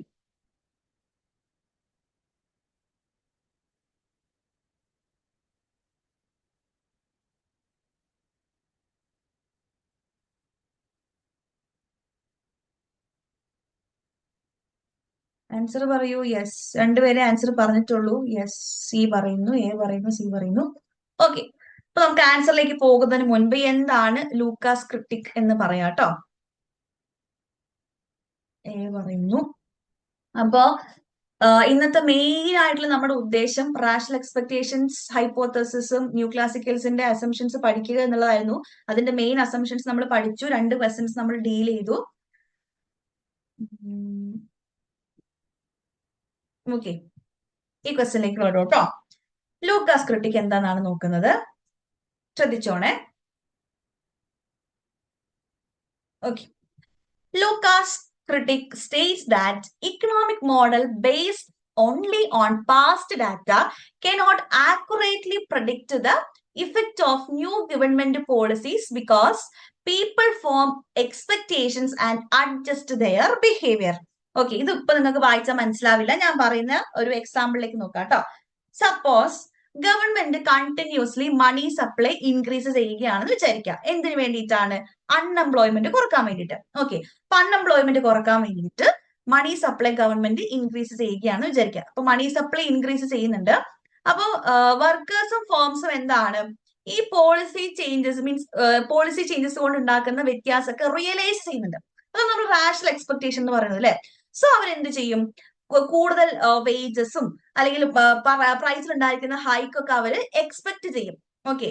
ഇപ്പൊ മണി സപ്ലൈ കൂടിയിട്ടുണ്ടെങ്കിൽ എന്ത് സംഭവിക്കും? ഇൻഫ്ലേഷൻ ഉണ്ടാകുമല്ലോ. അപ്പം പ്രൈസ് കൂടും, ഇൻഫ്ലേഷൻ സംഭവിക്കും എന്നൊക്കെ അവരിങ്ങനെ എക്സ്പെക്ട് ചെയ്യും. അപ്പം പ്രൈസ് കൂടുന്നത് കൊണ്ട് തന്നെ അവര് ഹൈ വേജ് റേറ്റും അവര് ഡിമാൻഡ് ചെയ്യും. ഓക്കെ. അപ്പം ആസ് എ റിസൾട്ട് എന്താ സംഭവിക്കുക? ഇൻഫ്ലേഷൻ ഇൻക്രീസ് ചെയ്യും. പക്ഷേ അൺഎംപ്ലോയ്മെന്റ് റേറ്റ് കുറയൂല. എന്തുകൊണ്ടാണെന്നാണ് എവിടെ എക്സ്പ്ലെയിൻ ചെയ്യുന്നത്? ലൂക്കാസ് ക്രിട്ടിക്കിൽ എക്സ്പ്ലെയിൻ ചെയ്യുന്നത്. ഞാൻ ഒന്നും കൂടി റിപ്പീറ്റ് ചെയ്യാം, ഇത് കുറച്ചൊരു കുഴപ്പിക്കുന്ന ടോപ്പിക്കാണ്. സപ്പോസ് ഗവൺമെന്റ് നമ്മുടെ അൺഎംപ്ലോയ്മെന്റ് റേറ്റ് കുറക്കാൻ വേണ്ടിയിട്ട് മണി സപ്ലൈ ഇൻക്രീസ് ചെയ്യുന്നു. അപ്പൊ മണി സപ്ലൈ ഇൻക്രീസ് ചെയ്യുക എന്ന് പറയുമ്പോൾ വർക്കേഴ്സ് ഫേംസ് ഒക്കെ ഇങ്ങനെ റിയലൈസ് ചെയ്യും എന്താണ് ഈ പോളിസി ചേഞ്ചസ് ഇൻഫ്ലേഷനിലേക്ക് നയിക്കും. ഓക്കെ, മണി സപ്ലൈ ഇൻക്രീസ് ചെയ്യുമ്പോൾ ഭാവിയിൽ ഇൻഫ്ലേഷൻ ഉണ്ടായിരിക്കും. അപ്പൊ അവർ അതുകൊണ്ട് തന്നെ എന്താണ് പ്രൈസ് കൂടുമെന്നും എക്സ്പെക്ട് ചെയ്യുന്നു. കൂടുതൽ വേജും അവര് ഡിമാൻഡ് ചെയ്യുന്നുണ്ട്. ഓക്കെ, പക്ഷേ എന്താ സംഭവിക്കുന്നത്? പ്രൈസ് കൂടുന്നു, കൂടുതൽ വേജും അവർ ഡിമാൻഡ് ചെയ്യുന്നുണ്ട്. പക്ഷെ ഇവിടെ ഇൻഫ്ലേഷൻ മാത്രമേ ഇൻക്രീസ് ചെയ്യുന്നുള്ളൂ, അൺഎംപ്ലോയ്മെന്റ് റേറ്റ് കുറയുന്നില്ല. അൺഎംപ്ലോയ്മെന്റ് റേറ്റ് കുറക്കാൻ വേണ്ടിയിട്ടാണ് ഗവൺമെന്റ് മണി സപ്ലൈ ഇൻക്രീസ് ചെയ്തത്. പക്ഷെ മണി സപ്ലൈ ഇൻക്രീസ് ചെയ്യുന്നതിന്റെ ഭാഗമായിട്ട് ഇൻഫ്ലേഷൻ മാത്രമേ കൂടുന്നുള്ളൂ, അൺഎംപ്ലോയ്മെന്റ് റേറ്റ് കുറയുന്നില്ല. ഓക്കെ, അതെന്തുകൊണ്ടാണ് എന്നാണ് ലൂക്കാസ് ക്രിട്ടിക്കിൽ പറയുന്നത്. ഓക്കെ, ഇത് ക്ലിയർ ആണോ ഇപ്പൊ ഞാൻ പറഞ്ഞത്?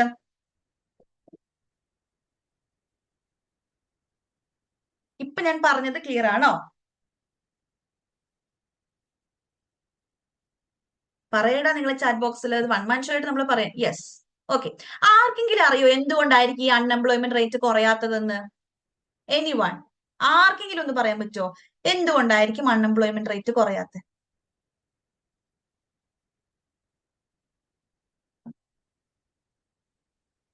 ആരെങ്കിലും ജസ്റ്റ് ലോജിക്കലി ഒന്ന് ചിന്തിച്ചേ.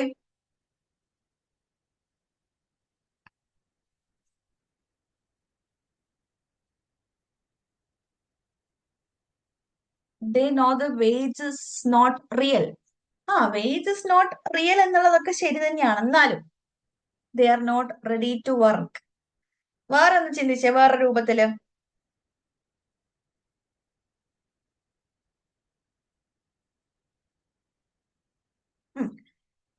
ഞാൻ പറയട്ടെ, ഇൻഫ്ലേഷൻ ഇൻക്രീസ് ചെയ്യുമ്പോൾ പ്രൈസ് ഇൻക്രീസ് ചെയ്യും, ഡിമാൻഡ് കുറയും. Prices are not reducing.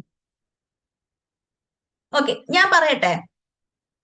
അതായത് നിങ്ങൾ ഇങ്ങനെ ചിന്തിക്കുക, മണി സപ്ലൈ ഇൻക്രീസ് ചെയ്തു. മണി സപ്ലൈ ഇൻക്രീസ് ചെയ്യുമ്പോൾ പ്രൈസ് കൂടുന്നുണ്ടെന്ന് അവർ എക്സ്പെക്ട് ചെയ്യുന്നുണ്ട്. എന്താണ്, അവർ കൂടുതൽ വേജും ഡിമാൻഡ് ചെയ്യും. അപ്പം ഈ വർക്കേഴ്സ് കൂടുതൽ വേജ് ഡിമാൻഡ് ചെയ്യുക എന്ന് പറയുന്ന സമയത്ത് ശരിക്കും ഫേംസിനെ സംബന്ധിച്ച് അവരുടെ പ്രൊഡക്ഷൻ കോസ്റ്റ് റൈസ് ചെയ്യല്ലേ ചെയ്യുന്നത്? ആണോ? കൂടുതൽ വേജ് ഡിമാൻഡ് ചെയ്യുക എന്ന് പറയുമ്പം പ്രൊഡക്ഷൻ കോസ്റ്റ് റൈസ് ചെയ്യല്ലേ ചെയ്യുന്നത് ഫേംസിനെ സംബന്ധിച്ച്? ആണോ? ആണോടാ? പ്രൊഡക്ഷൻ കോസ്റ്റ് റൈസ് ചെയ്യല്ലേ ചെയ്യുന്നത്? കൂടുതൽ വേജ് കൊടുക്കുക എന്ന് പറയുമ്പോൾ ഫേമിന്റെ കോസ്റ്റ് ഇൻക്രീസ് ചെയ്യല്ലേ ചെയ്യാ? യെസ്, പ്രൊഡക്ഷൻ കോസ്റ്റ് ഇൻക്രീസ് ചെയ്യുന്ന സമയത്ത് പിന്നെയും അവരിങ്ങനെ ആൾക്കാരെ ഹയർ ചെയ്യോ? ഇല്ല, ഫേംസ് ആൾക്കാരെ ഹയർ ചെയ്യുന്നത് റെഡ്യൂസ് ചെയ്യും.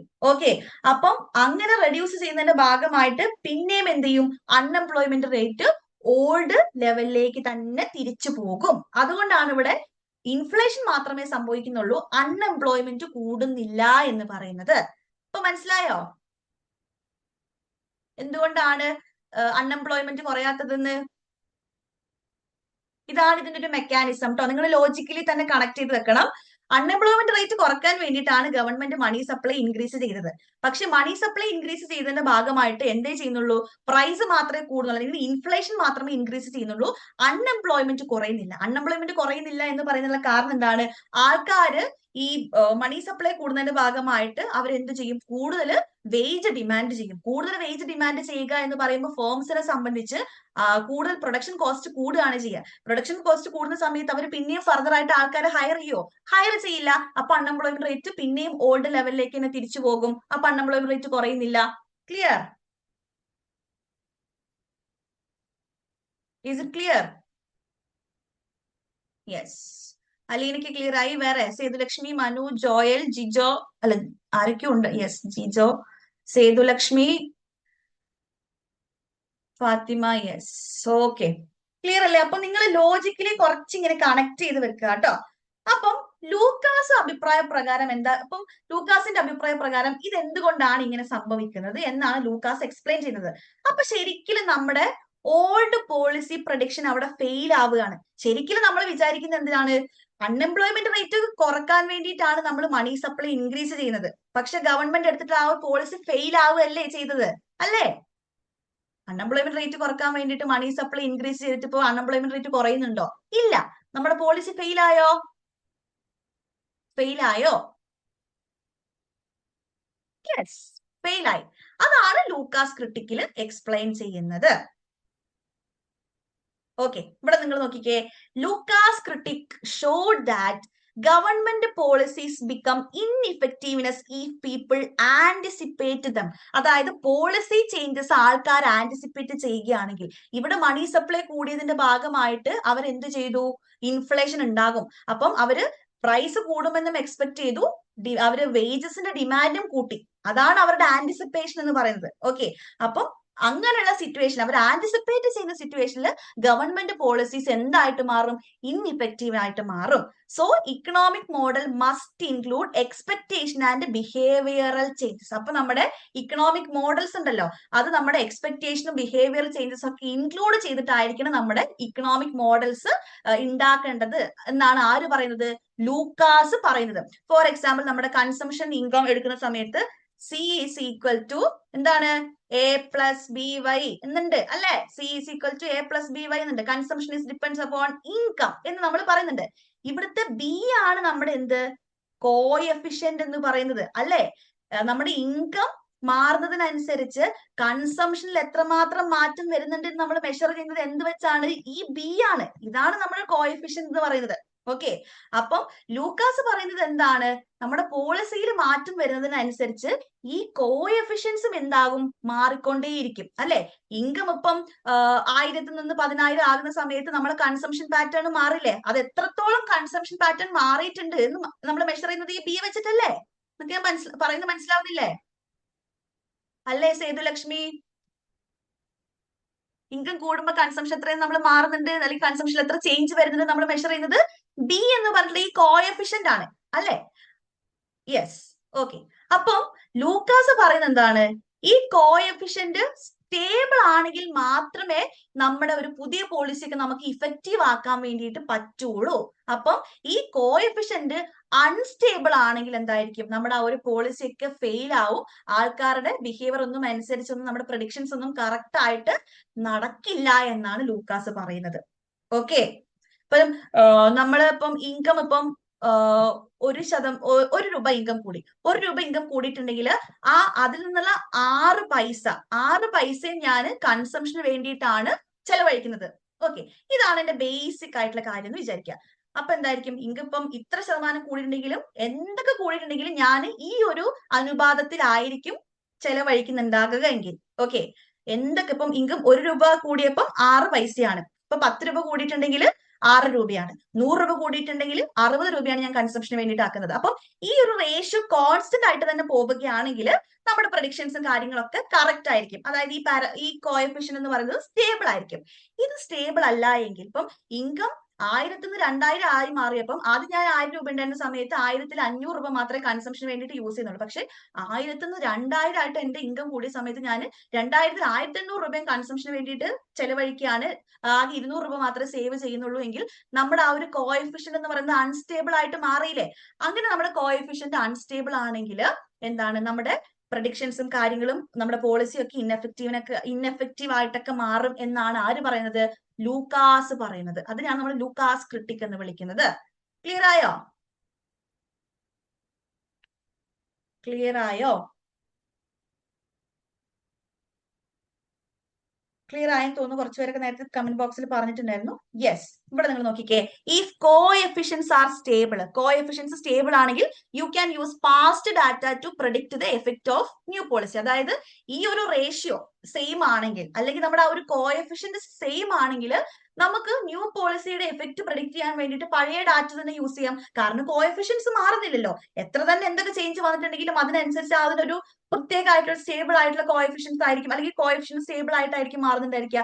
പക്ഷേ കോഎഫിഷ്യൻസ് അൺസ്റ്റേബിൾ ആണെങ്കിൽ നമുക്ക് പാസ്റ്റ് ഡാറ്റ പ്രഡിക്ഷന് വേണ്ടിയിട്ട് യൂസ് ചെയ്യാൻ വേണ്ടിയിട്ട് പറ്റില്ല. കാരണം ആൾക്കാരുടെ ബിഹേവിയർ മാറിക്കൊണ്ടേയിരിക്കും. അപ്പൊ ആൾക്കാരുടെ ബിഹേവിയർ മാറുന്നതുകൊണ്ട് നമ്മുടെ ഇത്തരത്തിലുള്ള ആൾക്കാരുടെ എക്സ്പെക്ടേഷനും ബിഹേവിയറൽ ചേഞ്ചസ് ഒക്കെ നമ്മുടെ ഇക്കണോമിക് മോഡലിൽ ഇൻക്ലൂഡ് ചെയ്യണം എന്നാണ് ആര് പറയുന്നത്? ലൂക്കാസ് പറയുന്നത്. അതിനെയാണ് നമ്മൾ ലൂക്കാസ് ക്രിട്ടിക് എന്ന് വിളിക്കുന്നത്. ഇപ്പൊ ക്ലിയർ അല്ലേ? ക്ലിയർ അല്ലേ? നിങ്ങൾ ഫോണിന്റെ പേരൊക്കെയാണ് ഇതിലുള്ളത്. എനിക്ക് പേര് അറിയുന്നവരെ മാത്രം ഞാൻ വിളിക്കാൻ കേട്ടോ. മനു, ജിജോ എല്ലാവരും ക്ലിയർ അല്ലേ? യെസ്. സേതുലക്ഷ്മി, അനുശ്രീ ക്ലിയർ ആണ്. Okay. Aleena, yes yes. Okay, ഇനി ഞാൻ ക്വസ്റ്റ്യൻ ഒന്ന് കാണിക്കാം, നിങ്ങൾ ശ്രദ്ധിക്കണേ. ഇനി നിങ്ങളൊന്ന് ആൻസർ ചെയ്തേ.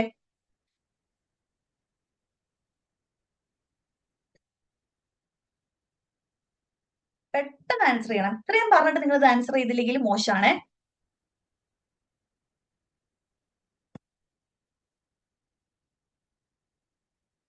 യെസ്, കറക്റ്റ് ആണ് കേട്ടോ സേതുലക്ഷ്മി. യെസ്, ഡി ആണ് ആൻസർ കേട്ടോ.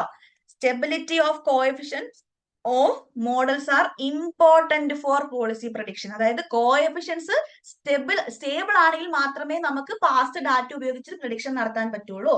കോഎഫിഷ്യൻസ് സ്റ്റേബിൾ അല്ലെങ്കിൽ നമുക്ക് പാസ്റ്റ് ഡാറ്റ ഉപയോഗിച്ചിട്ട് പ്രഡിക്ഷൻ നടത്താൻ വേണ്ടിയിട്ട് പറ്റില്ല. അപ്പൊ നമ്മുടെ ഇക്കണോമിക് മോഡൽ ഇത്തരത്തിൽ ആൾക്കാരുടെ ബിഹേവിയറും എക്സ്പെക്ടേഷൻസും ഒക്കെ ഇൻക്ലൂഡ് ചെയ്യണം എന്നാണ് ആര് പറഞ്ഞത്? ലൂക്കാസ് പറഞ്ഞത്. ക്ലിയർ അല്ലേ എന്തുകൊണ്ടാണ് ഡി വന്നത് എന്ന്?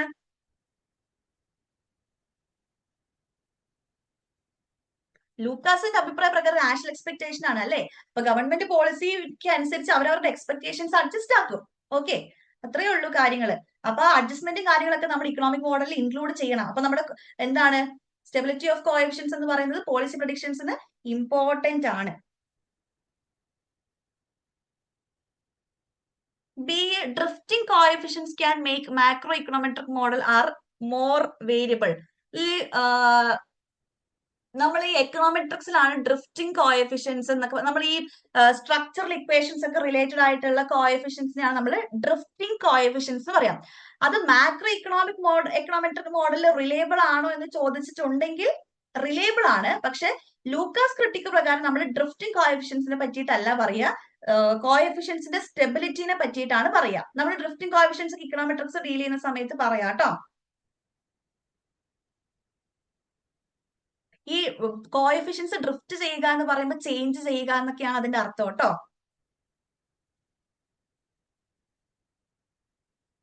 ഓക്കെ, ഇപ്പം ലൂക്കാസ് ക്രിട്ടിക് നിങ്ങൾക്ക് ക്ലിയർ ആണ് എന്ന് വിചാരിക്കുന്നു.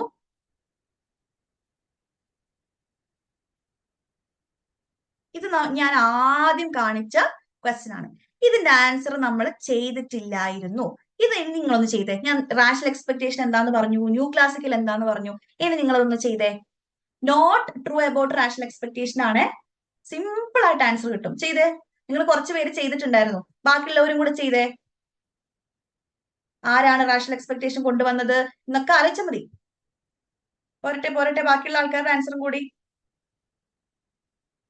Yes yes yes yes, rational expectation hypothesis കൊണ്ടുവന്നത് ഹാൻസൺ ആണോ? അല്ല, നമ്മൾ നേരത്തെ ആരാന്ന് പറഞ്ഞത്? റോബർട്ട് ലൂക്കാസ് എന്ന് പറഞ്ഞിട്ടുള്ളത്. അപ്പം നോട്ട് ട്രൂ എന്ന് പറയുന്നത് ഇതാണ്. നിങ്ങൾ ആലോചിച്ച ഒരൊറ്റ ടോപ്പിക്കിൽ നിന്ന് എന്തോരം കാര്യങ്ങൾ നമുക്ക് ക്വസ്റ്റ്യൻ ആയിട്ട് വരുന്നത്. രണ്ടാമത്തെ option, it is used in decision making by household firms labour for making their expectation about relevant variable. Correct ആണ്. Rational expectation uses all relevant information. അതും വളരെ വളരെ കറക്റ്റ് ആണ്.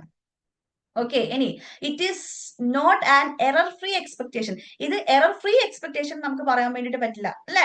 ശരിക്കും ഇതിൽ ഉണ്ടാകുന്ന എറേഴ്സ് എന്ന് പറയുന്നത് റാൻഡം ആയിരിക്കും, നോട്ട് സിസ്റ്റമാറ്റിക്. സിമ്പിൾ അല്ലേ? ഇത് ഈ തൊട്ട് കഴിഞ്ഞ എക്സാമ്പിളിൽ വന്നതാ. സിമ്പിൾ അല്ലേ? ന്യൂ ക്ലാസിക്കൽസ് കൃത്യമായിട്ട് പഠിച്ചു വെക്കുക. ന്യൂ ക്ലാസിക്കൽസ് പഠിക്കുന്ന സമയത്ത് റോബർട്ട് ലൂക്കാസ് നമ്മുടെ മനസ്സിൽ വരണം, 1970 എന്നുള്ള ഇയർ വരണം, പോളിസി ഇൻഎഫക്റ്റീവ്നെസ് പ്രിപ്പോസിഷൻ വരണം, നോ മണിയുലേഷൻ വരണം, ന്യൂട്രാലിറ്റി ഓഫ് മണി വരണം, വെയിറ്റ് പ്രൈസ് ഫ്ലെക്സിബിലിറ്റി വരണം, റാഷണൽ എക്സ്പെക്ടേഷൻസ് വരണം. ഓക്കെ അല്ലേ ഇത്രയും കാര്യങ്ങള്? ഓക്കെ അല്ലേടാ? യെസ്, സൂഫിയക്ക് മാത്രമേ ഓക്കെ ഉള്ളോ? Jijo, yes yes. ഇത് നമുക്ക് എപ്പോഴും ഒരു ക്വസ്റ്റ്യൻ നമുക്ക് എക്സ്പെക്ട് ചെയ്യാൻ വേണ്ടിയിട്ട് പറ്റൂ കേട്ടോ, ഇത് റിലേറ്റഡ് ആയിട്ട്. ഞാൻ ഇത് ഇത്രയും പറഞ്ഞിട്ട് ഈ ക്വസ്റ്റ്യനിലേക്ക് പോകാമെന്ന് വിചാരിച്ചിട്ടാണ് അത് എക്സ്പ്ലെയിൻ ചെയ്യാതെ ഇരുന്നത്. ഓക്കെ, ഇനി ഇതൊന്നും നിങ്ങൾ ചെയ്തേ. ഇത് 2024 ഡിസംബറിൽ ചോദിച്ചിട്ടുള്ള ക്വസ്റ്റ്യൻ ആണ്. നമ്മുടെ ഈ റാഷണൽ എക്സ്പെക്ടേഷൻ ഒക്കെ റിലേറ്റഡ് ആയി വരുന്ന ഒരു ക്വസ്റ്റ്യൻ ആണ്. ഒന്ന് ചെയ്തേ, സിമ്പിൾ ആണ് കേട്ടോ.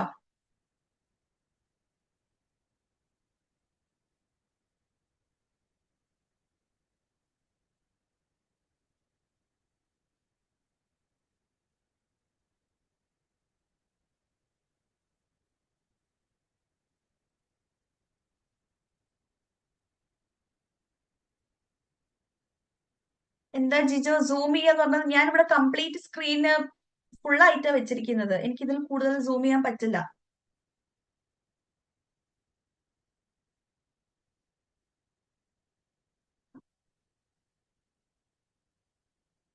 നിങ്ങൾ ജസ്റ്റ് ഒന്ന് ഗസ് ചെയ്ത് ആൻസർ പറയും, നമുക്ക് നോക്കാം.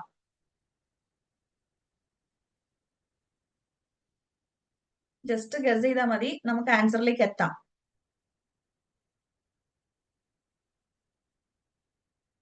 നിങ്ങൾ എക്സ്പാൻഷനറി മോണിറ്ററി പോളിസി എന്താന്ന് ആലോചിക്കുക. ഓക്കെ, അത് അഡാപ്റ്റീവ് എക്സ്പെക്ടേഷനുമായിട്ട് കണക്ട് ചെയ്യുക.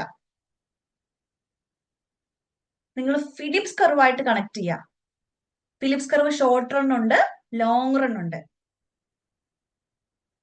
അല്ലെങ്കിൽ ഞാനിപ്പോ തൊട്ട് മുൻപ് പറഞ്ഞിട്ടുള്ള ആന്റിസിപ്പേറ്റഡ് പോളിസി, മോണിറ്ററി പോളിസി വരുന്ന സമയത്ത് അത് റാഷണൽ എക്സ്പെക്ടേഷനുമായിട്ട് കണക്ട് ചെയ്യുക. പോളിസി ഇഫക്റ്റീവ് ആണോ ഇൻഎഫക്റ്റീവ് ആണോ എന്നുള്ള കാര്യമൊക്കെ പറയാം, ആലോചിക്കുക.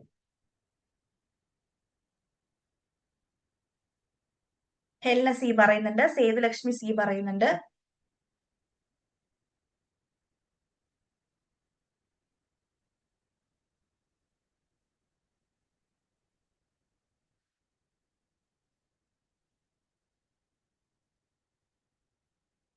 ഓക്കെ, അബ്ദു സി പറയുന്നുണ്ട്. നമുക്ക് നോക്കാം കേട്ടോ, ഓരോ ഓപ്ഷനായിട്ട് നമുക്ക് എടുത്ത് നോക്കാം. ശ്രദ്ധിക്കണേ, എന്നിട്ട് നമുക്ക് ആൻസറിലേക്ക് വരാം. Okay, expansionary monetary policy under adaptive expectation. Okay, അപ്പൊ നമ്മൾ റാഷണൽ എക്സ്പെക്ടേഷൻ ഹൈപ്പോത്തസിസ് ആണ് ഇത്രയും നേരം പറഞ്ഞുകൊണ്ടിരുന്നത്. ഇനി അഡാപ്റ്റീവ് എക്സ്പെക്ടേഷൻ പോളിസി ആണ് കേട്ടോ. അഡാപ്റ്റീവ് എക്സ്പെക്ടേഷൻ പോളിസി ആരെ കൊണ്ടുവന്നതെന്ന് ആർക്കെങ്കിലും അറിയോ?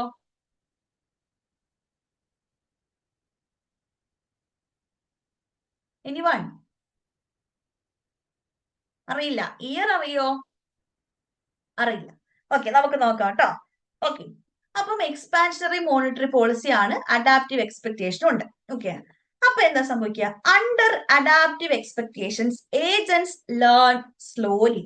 നമ്മൾ പറഞ്ഞു റാഷണൽ എക്സ്പെക്ടേഷൻ എന്ന് പറഞ്ഞിട്ടുണ്ടെങ്കിൽ അവൈലബിൾ ആയിട്ടുള്ള എല്ലാ ഇൻഫർമേഷൻസും യൂസ് ചെയ്തിട്ടാണ് അവര് ഫോർകാസ്റ്റ് ചെയ്യുക. പക്ഷേ അഡാപ്റ്റീവ് എക്സ്പെക്ടേഷൻ നമ്മൾ പറയുന്നത് അവർ സ്ലോ ആയിട്ടാണ് ലേൺ ചെയ്യുക, അല്ലെങ്കിൽ അവർ പാസ്റ്റ് ഡാറ്റ യൂസ് ചെയ്തിട്ടായിരിക്കും എന്ത് പ്രഡിക്ഷൻസ് നടത്തുന്നുണ്ടായിരിക്കുക. So agents learn slowly. So ഒരു എക്സ്പാൻഷനറി മോണിറ്ററി പോളിസി എന്ന് പറഞ്ഞിട്ടുണ്ടെങ്കിൽ എന്താണ്? എന്താ ഈ എക്സ്പാൻഷനറി മോണിറ്ററി പോളിസി എന്ന് പറഞ്ഞിട്ടുണ്ടെങ്കിൽ?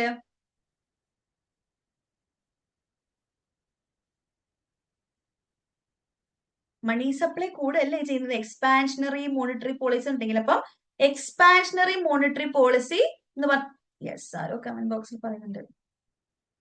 യെസ്, മണി സപ്ലൈ ഇൻക്രീസ് ചെയ്യുക. So and expansionary surprise affects real variable in short run. Policy is effective in the short run but not in the long run. നിങ്ങൾ Phillips curve analysis ഒന്ന് എടുത്തു നോക്കിയേ. Short run Phillips കർവിന്റെ shape എന്താ? Short run Phillips കർവിന്റെ shape എന്താണ്? എടാ, Philips കർവിന്റെ ഷേപ്പ് എന്താണ്? ഷോർട്ട് റൺ ഫിലിപ്സ് കർവിന്റെ, അല്ലെങ്കിൽ ഫിലിപ്സ് കർവ് എന്തൊക്കെ തമ്മിലുള്ള റിലേഷനാണ് കാണിക്കുന്നത്? യെസ്, ഡൗൺവേർഡ് സ്ലോപ്പിംഗ് ആണ്. എന്തൊക്കെ തമ്മിലുള്ള റിലേഷനാണ് കാണിക്കുന്നത്? ഇൻഫ്ലേഷനും അൺഎംപ്ലോയ്മെന്റും. ഓക്കെ, ഷോർട്ട് റണ്ണിൽ ഇൻഫ്ലേഷനും അൺഎംപ്ലോയ്മെന്റും തമ്മിൽ ട്രേഡ് ഓഫ് ഉണ്ടോ ഇല്ലയോ?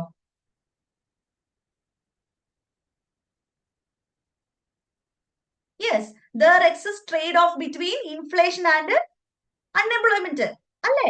ഇൻഫ്ലേഷൻ കൂടിയിട്ടുണ്ടെങ്കിൽ അൺഎംപ്ലോയ്മെന്റ് കുറയും, അൺഎംപ്ലോയ്മെന്റ് കൂടിയിട്ടുണ്ടെങ്കിൽ ഇൻഫ്ലേഷൻ കുറയും. അങ്ങനെ ആ ഒരു ട്രേഡ് ഓഫ് നിലനിൽക്കുന്നുണ്ട് ഷോർട്ട് റണ്ണില് അല്ലേ? ലോങ് റൺ ഫിലിപ്സ് കർവിന്റെ ഷേപ്പ് എന്താ? Long run Phillips curve, yes, long run Phillips curve vertical ആകും, വെർട്ടിക്കൽ ആകും. യെസ് യെസ്, ആ വെർട്ടിക്കൽ ആകുന്നൊക്കെ നിങ്ങൾ പണ്ട് പി ജിക്ക് ഒരു കഥ പോലെ പഠിച്ചിട്ടില്ലേ? മീൻസ് മണി സപ്ലൈ ഇൻക്രീസ് ചെയ്തു, അല്ലെങ്കിൽ എക്സ്പാൻഷനറി ഫിസിക്കൽ പോളിസി ഉണ്ടായി, അപ്പം നമ്മുടെ എന്താണ് ഫിലിപ്സ് കർവിന്റെ ഷിഫ്റ്റ് വന്നു, പിന്നെയും അത് ബാക്കിലോട്ട് തിരിച്ചു വന്നു, അങ്ങനെ അങ്ങനെ അങ്ങനെ വെർട്ടിക്കൽ ആകുന്ന ഒരു കഥ നിങ്ങൾ പഠിച്ചിട്ടുണ്ടായിരിക്കും. അതേ സംഭവം തന്നെയാണ് ഇവിടെയും നിലനിൽക്കുന്നത്. ഓക്കെ, അപ്പം expansionary monetary policy under adaptive expectation എന്ന് പറഞ്ഞിട്ടുണ്ടെങ്കിൽ policy is effective in the short run. Okay, expansionary monetary policy short റണ്ണിൽ ഇഫക്റ്റീവ് ആയിരിക്കും. അതാണ് ആ ഒരു ട്രേഡ് ഓഫ് ഒക്കെ കാണിക്കുന്നത് ഫിലിപ്സ് കർവിൻ്റെത്. But not in long run. Long റണ്ണിൽ ആ ട്രേഡ് ഓഫ് ഉണ്ടോ? There is no trade off between inflation and unemployment നമ്മൾ പഠിക്കാറുണ്ട്. സോ എ നമുക്ക് എന്തുമായിട്ട് കണക്ട് ചെയ്യാം? 3 ആയിട്ട് കണക്ട് ചെയ്യാം. Policy is effective in the short run although not in the long run. അപ്പം എ ആസ് 3 വരുന്ന 2 ഓപ്ഷൻസ് നമുക്കുണ്ട്. അപ്പൊ തന്നെ നമുക്ക് എയും കട്ട് ചെയ്യാം, ബിയും കട്ട് ചെയ്യാം. അത് കട്ട് ചെയ്യുമ്പോൾ തന്നെ ബി ആസ് 1 ആണെന്ന് നമുക്ക് ഇവിടെ തന്നെ ഹിന്റ് കിട്ടും. ബി എന്താ? Anticipated expansionary monetary policy under rational expectation. നമ്മൾ റാഷണൽ എക്സ്പെക്ടേഷൻ ഹൈപ്പോത്തസിസ് പ്രകാരം പറഞ്ഞിട്ടുണ്ടായിരുന്നത് അൺആന്റിസിപ്പേറ്റഡ് ചേഞ്ചസ് മാത്രമേ എന്ത് അഫക്ട് ചെയ്യുള്ളൂ? നമ്മുടെ റിയൽ വേരിയബിൾസിനെ അഫക്ട് ചെയ്യുള്ളൂ എന്നൊക്കെ നമ്മൾ പറഞ്ഞിട്ടുണ്ടായിരുന്നു. Anticipated expansionary monetary policy affect ചെയ്യുമോ?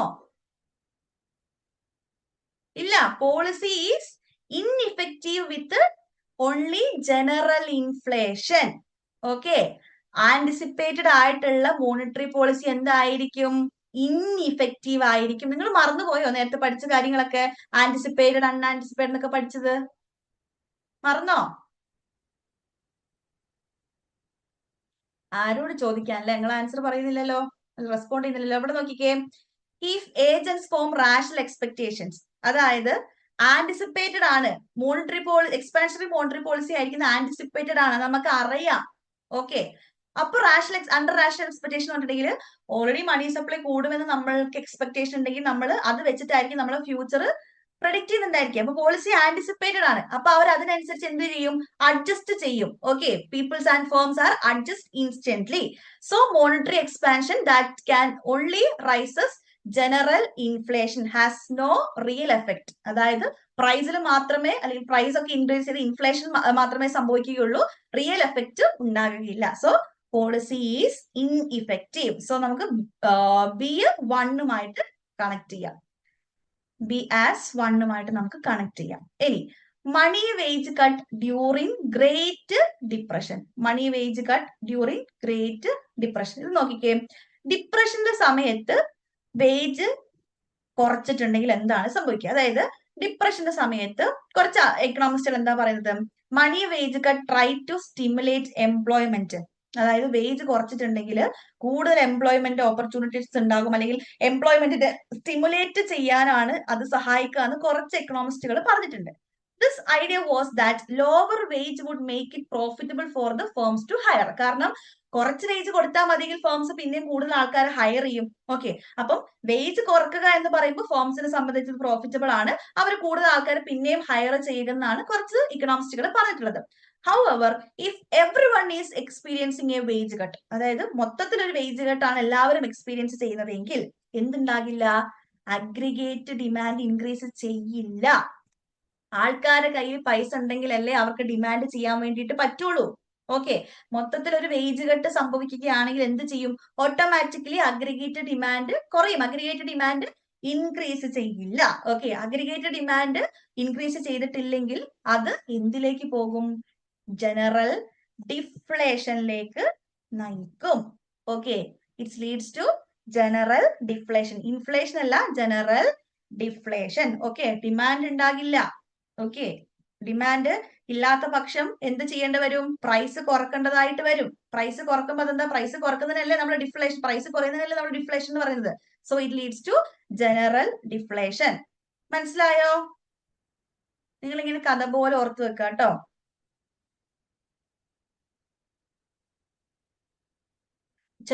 ചില ആൾക്കാർ പറഞ്ഞിട്ടുണ്ട് നമ്മുടെ ഡിപ്രഷന്റെ സമയത്ത് വേജ് കുറക്കുകയാണെങ്കിൽ ഫേമെ പ്രോഫിറ്റബിൾ ആയിരിക്കും, കൂടുതൽ ആൾക്കാർക്ക് എംപ്ലോയ്മെന്റ് ഓപ്പർച്യൂണിറ്റീസ് ഒക്കെ കൊടുക്കാൻ പറ്റും, ഫേംസ് കുറെ പേരെ ഹയർ ചെയ്യുന്നൊക്കെയാണ് നമ്മൾ വിചാരിച്ചു വെച്ചിരുന്നത്. പക്ഷെ മൊത്തത്തിൽ ഒരു വേജ് കട്ടാണ് സംഭവിച്ചിട്ടുള്ളത് എങ്കിൽ എന്തായിരിക്കും? പിന്നെ ആൾക്കാരുടെ കയ്യിൽ പൈസ ഉണ്ടാകുമോ ഡിമാൻഡ് ചെയ്യാൻ വേണ്ടിയിട്ട്? ഇല്ല. സോ അഗ്രിഗേറ്റഡ് ഡിമാൻഡ് കുറയും, അല്ലെങ്കിൽ അഗ്രിഗേറ്റഡ് ഡിമാൻഡ് കൂടില്ല, ആൾക്കാർ പിന്നെയും ഡിമാൻഡ് ചെയ്യില്ല. Okay, so it's leads to general deflation. അപ്പൊ നമുക്ക് എന്തുമായിട്ട് കണക്ട് ചെയ്യാൻ വേണ്ടിയിട്ട് പറ്റും? സീന് നമുക്ക് 2 ആയിട്ട് കണക്ട് ചെയ്യാൻ വേണ്ടിയിട്ട് പറ്റും. അടുത്തത് the presence of sizeable menu cost. എന്റെ ക്വസ്റ്റ്യൻ ഇതാണ്, മെനു കോസ്റ്റ് ഏത് സ്കൂൾ ഓഫ് തോട്ടുമായിട്ടാണ് റിലേറ്റഡ് ആയി നിൽക്കുന്നത്? മെനു കോസ്റ്റ് ഏത് സ്കൂൾ ഓഫ് തോട്ടുമായിട്ടാണ് റിലേറ്റഡ് ആയി നിൽക്കുന്നത്? ആരെങ്കിലും പറഞ്ഞേ.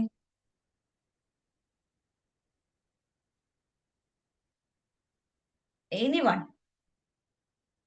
മോശാണേ. നിയോ ക്ലാസിക്കൽസ് ആണോ മനു?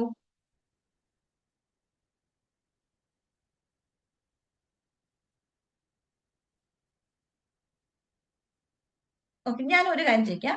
മെനു കോസ്റ്റ് എന്ന് പറഞ്ഞിട്ടുണ്ടെങ്കിൽ വേജ് പ്രൈസ് ഫ്ലെക്സിബിലിറ്റിനെയാണോ കാണിക്കുന്നത്, വേജ് പ്രൈസ് റിജിഡിറ്റിനെയാണോ കാണിക്കുന്നത്? എന്തിനാ കാണിക്കുന്നത്? Wage price flexibility or wage price rigidity? Yes, wage price റിജിഡിറ്റിനെയാണ് കാണിക്കുന്നത്.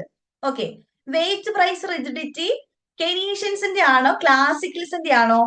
ആരുടേതാ?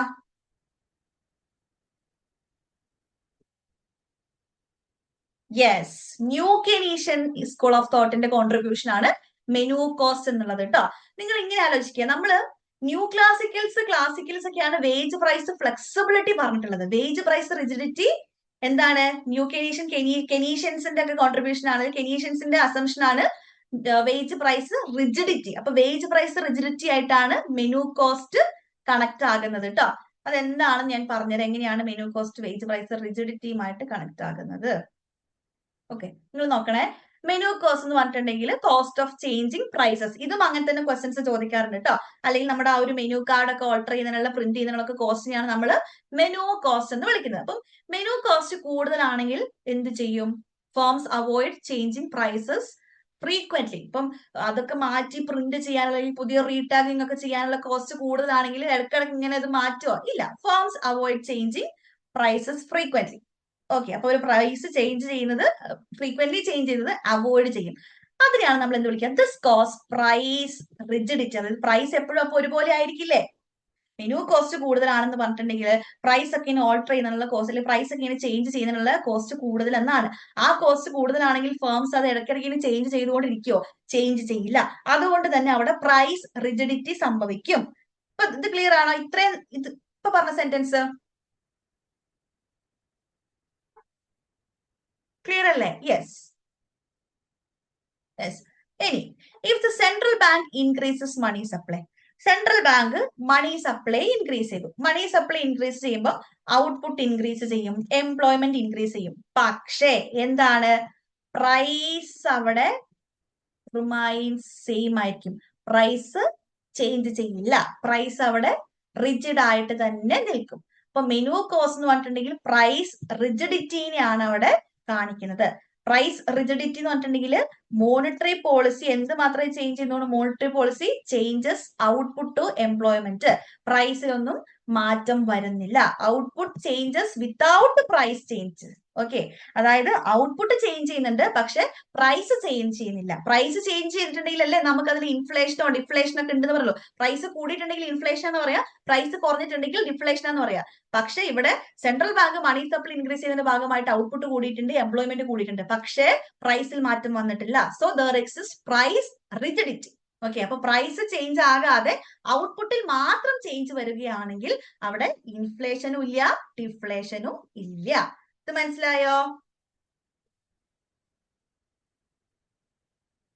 മനസ്സിലായോ? പറഞ്ഞേ, നിങ്ങൾ റെസ്പോണ്ട് ചെയ്തേ. ഞാൻ തന്നെ പറഞ്ഞുകൊണ്ടിരിക്കുമ്പോ എനിക്ക് ക്ലാസ് എടുക്കാൻ ബോറടിക്കുവേ. നിങ്ങൾ തിരിച്ച് റെസ്പോണ്ട് ചെയ്യണം. നിങ്ങൾ ഭാവിയിൽ ഇതുപോലെ ക്ലാസ് എടുക്കേണ്ട ആൾക്കാരാണ്.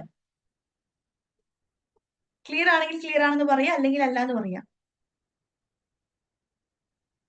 ക്ലിയർ? ക്ലിയർ ആവാത്തത് ആരെങ്കിലും ഉണ്ടോ?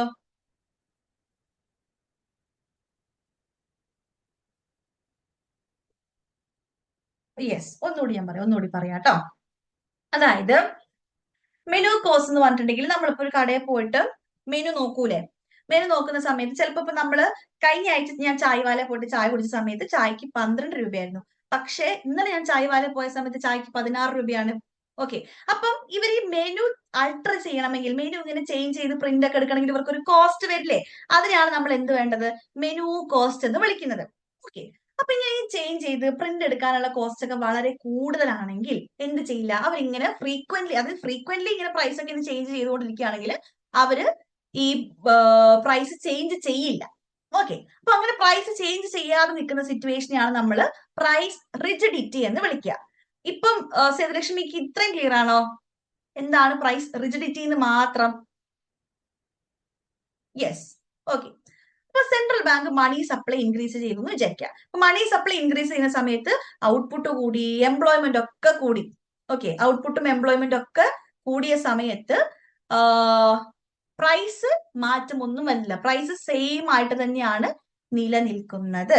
അങ്ങനെ പ്രൈസ് ഇങ്ങനെ സെയിം ആയിട്ട് നിലനിൽക്കുകയാണ്, പക്ഷെ ഔട്ട്പുട്ടിലും എംപ്ലോയ്മെന്റിലും ഒക്കെ മാറ്റം വരുന്നുണ്ട്. ഓക്കെ. പ്രൈസ് സെയിം ആയിട്ട് നിൽക്കുകയാണ്, ഔട്ട്പുട്ട് ഒക്കെ ചേഞ്ച് ചെയ്യുന്നുണ്ട്. പ്രൈസിൽ ചേഞ്ച് വരികയാണെങ്കിൽ മാത്രമേ നമുക്ക് അവിടെ ഇൻഫ്ലേഷൻ അല്ലെങ്കിൽ ഡിഫ്ലേഷൻ സംഭവിച്ചു എന്ന് പറയാൻ പറ്റുള്ളൂ. ഇവിടെ ഔട്ട്പുട്ട് മാത്രമേ ചേഞ്ച് ചെയ്യുന്നുള്ളൂ, പ്രൈസിൽ യാതൊരു വിധത്തിലുള്ള ചേഞ്ചും ഇല്ല. അതാണ് ഈ മൂന്നാമത്തത്, output changes without price changes. അപ്പൊ അതിനെയാണ് നമ്മൾ നോ ഇൻഫ്ലേഷൻ നോ ഡിഫ്ലേഷൻ എന്ന് വിളിക്കുന്നത്. Okay, so presence of seizable menu cost policy is effective with no general inflation or deflation. അതായത് മെനു കോസ്റ്റ് ആണ് എക്സിസ്റ്റ് ചെയ്യുന്നെങ്കിൽ ഔട്ട്പുട്ട് മാറ്റം വരുന്നുണ്ട്, ഔട്ട്പുട്ടിൽ മാറ്റം വരുത്തിയിട്ടുണ്ടെങ്കിൽ തന്നെ എന്താണ് പോളിസി ഈസ് ഇഫക്റ്റീവ് എന്ന് പറയാം. അവിടെ ഇൻഫ്ലേഷൻ ഡിഫ്ലേഷനും ഉണ്ടാകണം എന്ന് നിർബന്ധമില്ല. എംപ്ലോയ്മെന്റ് ഒക്കെ കൂടുമ്പോൾ പ്രൈസും ചേഞ്ച് ആവണ്ടേ? അതെന്താ പ്രൈസ് ചേഞ്ച് ആവാത്ത? പ്രൈസ് ചേഞ്ച് ആവാത്തതിനുള്ള കാരണം എന്താന്ന് വെച്ചിട്ടുണ്ടെങ്കിൽ ഇങ്ങനെ പ്രൈസ് ഓൾട്ടർ ചെയ്യാനുള്ള കോസ്റ്റ് കൂടുതലാണെങ്കിൽ ഫേംസ് അങ്ങനെ പ്രൈസ് ഓൾട്ടർ ചെയ്യേണ്ട കോസ്റ്റ് കൂടുതലാണെങ്കിൽ അത് ഓൾട്ടർ ചെയ്യില്ല, റിജിഡ് ആയിട്ട് തന്നെ വെക്കും. ഓക്കെ. ഇന്നിപ്പോ ഒരു പ്രൈസ് മാറി, അത് പിന്നെയും പ്രിന്റ് എടുത്തു, നാളെ വീണ്ടും പ്രൈസ് മാറി, നാളെ നമുക്ക് വീണ്ടും ഇങ്ങനെ പ്രിന്റ് എടുക്കേണ്ടതായിട്ട് മെനു ഒക്കെ മാറ്റുന്നതായിട്ട് വരുന്നു. അത് ഫേംസിനെ സംബന്ധിച്ച് കോസ്റ്റ് കൂടുകയാണ് അല്ലെ? അതുകൊണ്ട് അവരെന്ത് ചെയ്യും, പ്രൈസ് ഇങ്ങനെ റിജിഡ് ആയിട്ട് തന്നെ വെക്കും. ഓക്കെ. അതാണ് പ്രൈസ് റിജിഡിറ്റി എന്ന് പറയുന്നത്. അപ്പൊ അങ്ങനെ സെൻട്രൽ ബാങ്ക് മണി സപ്ലൈ, പക്ഷെ എംപ്ലോയ്മെന്റ് കൂടുമ്പോ കോസ്റ്റ് ഓഫ് പ്രൊഡക്ഷനും കൂടില്ലേ? അപ്പൊ പ്രോഫിറ്റ്സ് കുറയില്ലേ?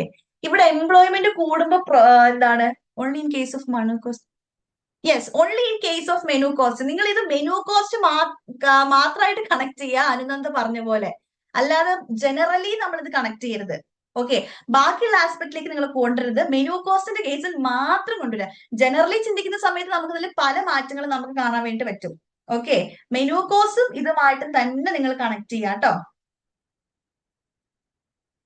ഓക്കെ. അപ്പം central bank money supply increase ചെയ്തു, അല്ലെങ്കിൽ ഒരു മോണിറ്ററി എക്സ്പാൻഷൻ സംഭവിച്ചു. അപ്പം ഔട്ട്പുട്ട് ഒക്കെ ചേഞ്ച് ആയിട്ടുണ്ട്, ഔട്ട്പുട്ടിലും എംപ്ലോയ്മെന്റിലൊക്കെ മാറ്റം വരുത്തിയിട്ടുണ്ടെങ്കിൽ നമുക്ക് പോളിസി ഇഫക്റ്റീവ് ആണെന്ന് പറയാം. അവിടെ ഇൻഫ്ലേഷൻ ഡിഫ്ലേഷൻ ഒന്നും സംഭവിച്ചിട്ടില്ല, അതായത് പ്രൈസിൽ ഒരു മാറ്റം സംഭവിച്ചിട്ടില്ല, പക്ഷെ ഔട്ട്പുട്ട് ചേഞ്ച് ചെയ്തിട്ടുണ്ട്. ഓക്കെ. അപ്പൊ നമുക്ക് ഏതുമായിട്ട് കണക്ട് ചെയ്യാൻ വേണ്ടിട്ട് പറ്റും? The presence of sizeable menu cost policy is effective with no general inflation or deflation എന്ന് പറയാൻ വേണ്ടിട്ട് പറ്റും. മണി സപ്ലൈ കൂടുതൽ ഭാഗമായിട്ട് ഔട്ട്പുട്ടും എംപ്ലോയ്മെന്റ് ഒക്കെ ഇൻക്രീസ് ചെയ്തിട്ടുണ്ട്, പക്ഷെ പ്രൈസിൽ യാതൊരു വിധത്തിലുള്ള മാറ്റവും വന്നിട്ടില്ല, പ്രൈസ് റിജിഡ് ആയിട്ട് തന്നെയാണ് നിൽക്കുന്നത്. അപ്പൊ അവിടെ ജനറൽ ഇൻഫ്ലേഷനും ഡിഫ്ലേഷനും സംഭവിച്ചിട്ടില്ലെങ്കിലും പോളിസി ഇഫക്റ്റീവ് ആയിരിക്കും. പോളിസി ഇഫക്റ്റീവ് ആകും എന്ന് പറയാനുള്ള കാരണം അവിടെ ഔട്ട്പുട്ടിലും എംപ്ലോയ്മെന്റിലും ഒക്കെ മാറ്റം സംഭവിച്ചിട്ടുണ്ട്. ഓക്കെ. ക്ലിയർ അല്ലേ? അപ്പം മെനു കോസ്റ്റ് എന്ന് പറയുന്നത് ന്യൂ കെരീഷന്റെ കോൺസെപ്റ്റ് ആണെന്ന് കൂടി നിങ്ങൾ ഓർത്ത് വെക്കണം കേട്ടോ. Very important. ഏതോ ഒരു എക്സാമിൽ ഇങ്ങനെ മെനു കോസ്റ്റ് ഏത് സ്കൂൾ ഓഫ് തോട്ടുമായിട്ട് റിലേറ്റഡ് ആയി നിൽക്കുന്നു എന്ന് ചോദിച്ചിട്ടുണ്ടായിരുന്നു. ക്ലിയർ അല്ലേ? അടുത്ത ക്വസ്റ്റ്യനിലേക്ക് പോട്ടെ.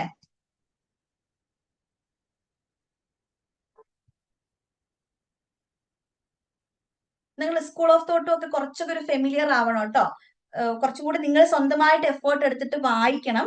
കാരണം ഇതുമായിട്ട് നമ്മൾ തീരെ ഇങ്ങനെ സ്കൂൾ ഓഫ് തോട്ട് ഞാൻ അടുത്ത ക്ലാസ് ഉണ്ടെങ്കിൽ ഞാൻ സ്കൂൾ ഓഫ് തോട്ടും ഓരോ സ്കൂൾ ഓഫ് തോട്ടിന്റെ പ്രിപ്പോസിഷൻസും കൊണ്ടുവരാം കേട്ടോ മനു. കാരണം നിങ്ങൾക്ക് ആ ഒരു ബേസിക് ഐഡിയ ഇല്ലാത്തതുകൊണ്ടായിരിക്കും മേ ബി ഇത് കണക്ട് ആവാത്തത്. ഞാൻ വിചാരിച്ചു അതിങ്ങനെ ഒരു ബേസിക് ആയിട്ട് ചിലപ്പോൾ അറിയായിരിക്കും എന്ന് വിചാരിച്ചിട്ടാണ് അത് കൊണ്ടുവരാം കേട്ടോ.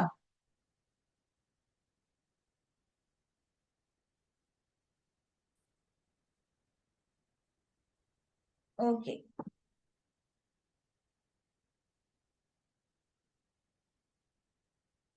ഈ ക്വസ്റ്റ്യൻ ആൻസർ ചെയ്ത് ഇത്രയും നേരം ഞാൻ പറഞ്ഞിട്ടുള്ള എല്ലാ കാര്യങ്ങളും അടങ്ങിയിട്ടുള്ള ഒരു സാധനമാണ് ഈ ഒരു ക്വസ്റ്റ്യൻ. സുഖമായിട്ട് നിങ്ങൾക്ക് കണ്ണുകൂട്ടി ആൻസർ ചെയ്യാൻ പറ്റും.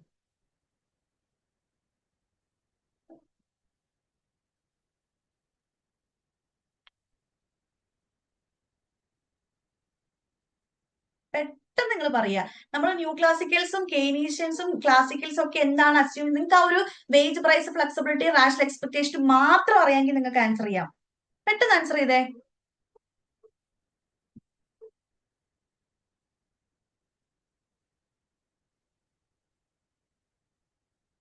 Which of the following statements about major school of thought in macro economics എന്നാണ് ചോദിച്ചിട്ടുള്ളത് കേട്ടോ. ട്രൂ ആയിട്ടുള്ളത് ഏതാന്നാണ്, വിച്ച് വൺ ഇസ് കറക്റ്റ് എന്നാണ് ക്വസ്റ്റ്യൻ.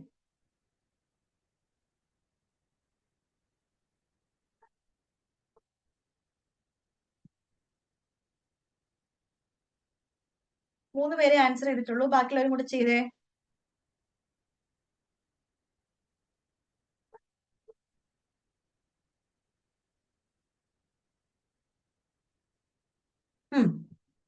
ഇത് നമുക്ക് പെട്ടെന്ന് എലിമിനേറ്റ് ചെയ്ത ആൻസറിലേക്ക് എത്താൻ വേണ്ടി പറ്റും. ഇങ്ങനെയുള്ള ക്വസ്റ്റ്യൻസിൽ നമുക്ക് എന്തെങ്കിലും ഒരു കൺഫ്യൂഷൻ ഉണ്ടെങ്കിൽ തന്നെ നമ്മൾ എലിമിനേഷനിലേക്ക് പോകണം.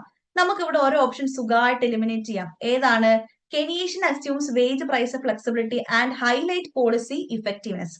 ഇതില് കെനീഷ്യൻസ് വേജ് പ്രൈസ് ഫ്ലെക്സിബിലിറ്റി അല്ല, വേജ് പ്രൈസ് റിജിഡിറ്റിനെ കുറിച്ചാണ് പറഞ്ഞിട്ടുള്ളത്. ഞാൻ നേരത്തെ പറഞ്ഞില്ലേ, ന്യൂ കെനീഷ്യൻസിന്റെ ആണ് എന്ത് വേജ് പ്രൈസ് റിജിഡിറ്റി എന്നുള്ളതും മെനൂകോസ് എന്നുള്ളത് ന്യൂ കെനീഷ്യൻസിന്റെ കോൺട്രിബ്യൂഷൻ ആണെന്നൊക്കെ പറഞ്ഞു. അപ്പം കെനീഷ്യൻ വേജ് പ്രൈസ് ഫ്ലെക്സിബിലിറ്റി അല്ല, ക്ലാസിക്കൽസ് ആണ് എന്ത് വേജ് പ്രൈസ് ഫ്ലെക്സിബിലിറ്റി. അപ്പം ഈ എന്നുള്ള ഓപ്ഷൻ നമുക്ക് കട്ട് ചെയ്യാം. ഈ ഇല്ലാത്ത ഒരു ഓപ്ഷൻ അല്ലെ ഈ ഉള്ള ഒരു ഓപ്ഷൻ ഇവിടെ ഉണ്ട്, അപ്പൊ തന്നെ നമുക്ക് ഇത് കട്ട് ചെയ്യാൻ വേണ്ടിയിട്ട് പറ്റും. ഓക്കെ, ഇനി ഈ ബാക്കിയുള്ള എല്ലാ ഓപ്ഷൻസിലും എന്തുണ്ട്? സിയും ഡിയും ഉണ്ട്. അപ്പൊ സിയും ഡിയും ഉണ്ട് നമുക്ക് എന്തായാലും ഇവിടെ ഉറപ്പിക്കാൻ വേണ്ടിയിട്ട് പറ്റും. അപ്പൊ എയും ബിയും മാത്രം നമുക്ക് നോക്കാം. ഓക്കെ, ഇവിടെ നോക്കിക്കേ. Monetarist assume rational expectation non competitive markets and highlight the role of monetary policy. മോണിറ്ററിസ്റ്റുകള് മോണിറ്ററി പോളിസിയുടെ റോള് ഹൈലൈറ്റ് ചെയ്യുന്നുണ്ട്, ശരിയാണ്. പക്ഷെ അവര് നോൺ കോമ്പറ്റേറ്റീവ് മാർക്കറ്റ് ആണോ അവരുടെ അസംഷൻ? ആണോ? മോണിറ്ററിസ്റ്റുകളുടെ അസംഷൻ നോൺ കോമ്പറ്റേറ്റീവ് മാർക്കറ്റ് ആണോ? പറയടാ.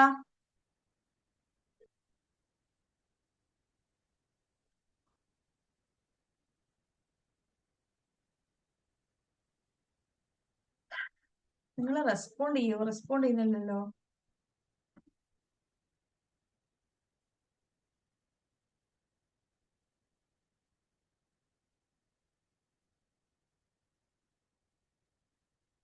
യെസ്, മോണിറ്ററിസ്റ്റുകൾ നോൺ കോമ്പറ്റേറ്റീവ് മാർക്കറ്റ് അല്ല അസ്യൂം ചെയ്തിട്ടുള്ളത്, കോമ്പറ്റേറ്റീവ് മാർക്കറ്റ് ആണ്. പിന്നെ ഈ റാഷണൽ എക്സ്പെക്ടേഷൻ എന്നുള്ളത് മോണിറ്ററിസ്റ്റുകളുടെ കോൺട്രിബ്യൂഷൻ ആണോ, അല്ലെങ്കിൽ മോണിറ്ററിസ്റ്റുകൾ അസ്യൂം ചെയ്തതാണോ റാഷണൽ എക്സ്പെക്ടേഷൻ എന്നുള്ളത്?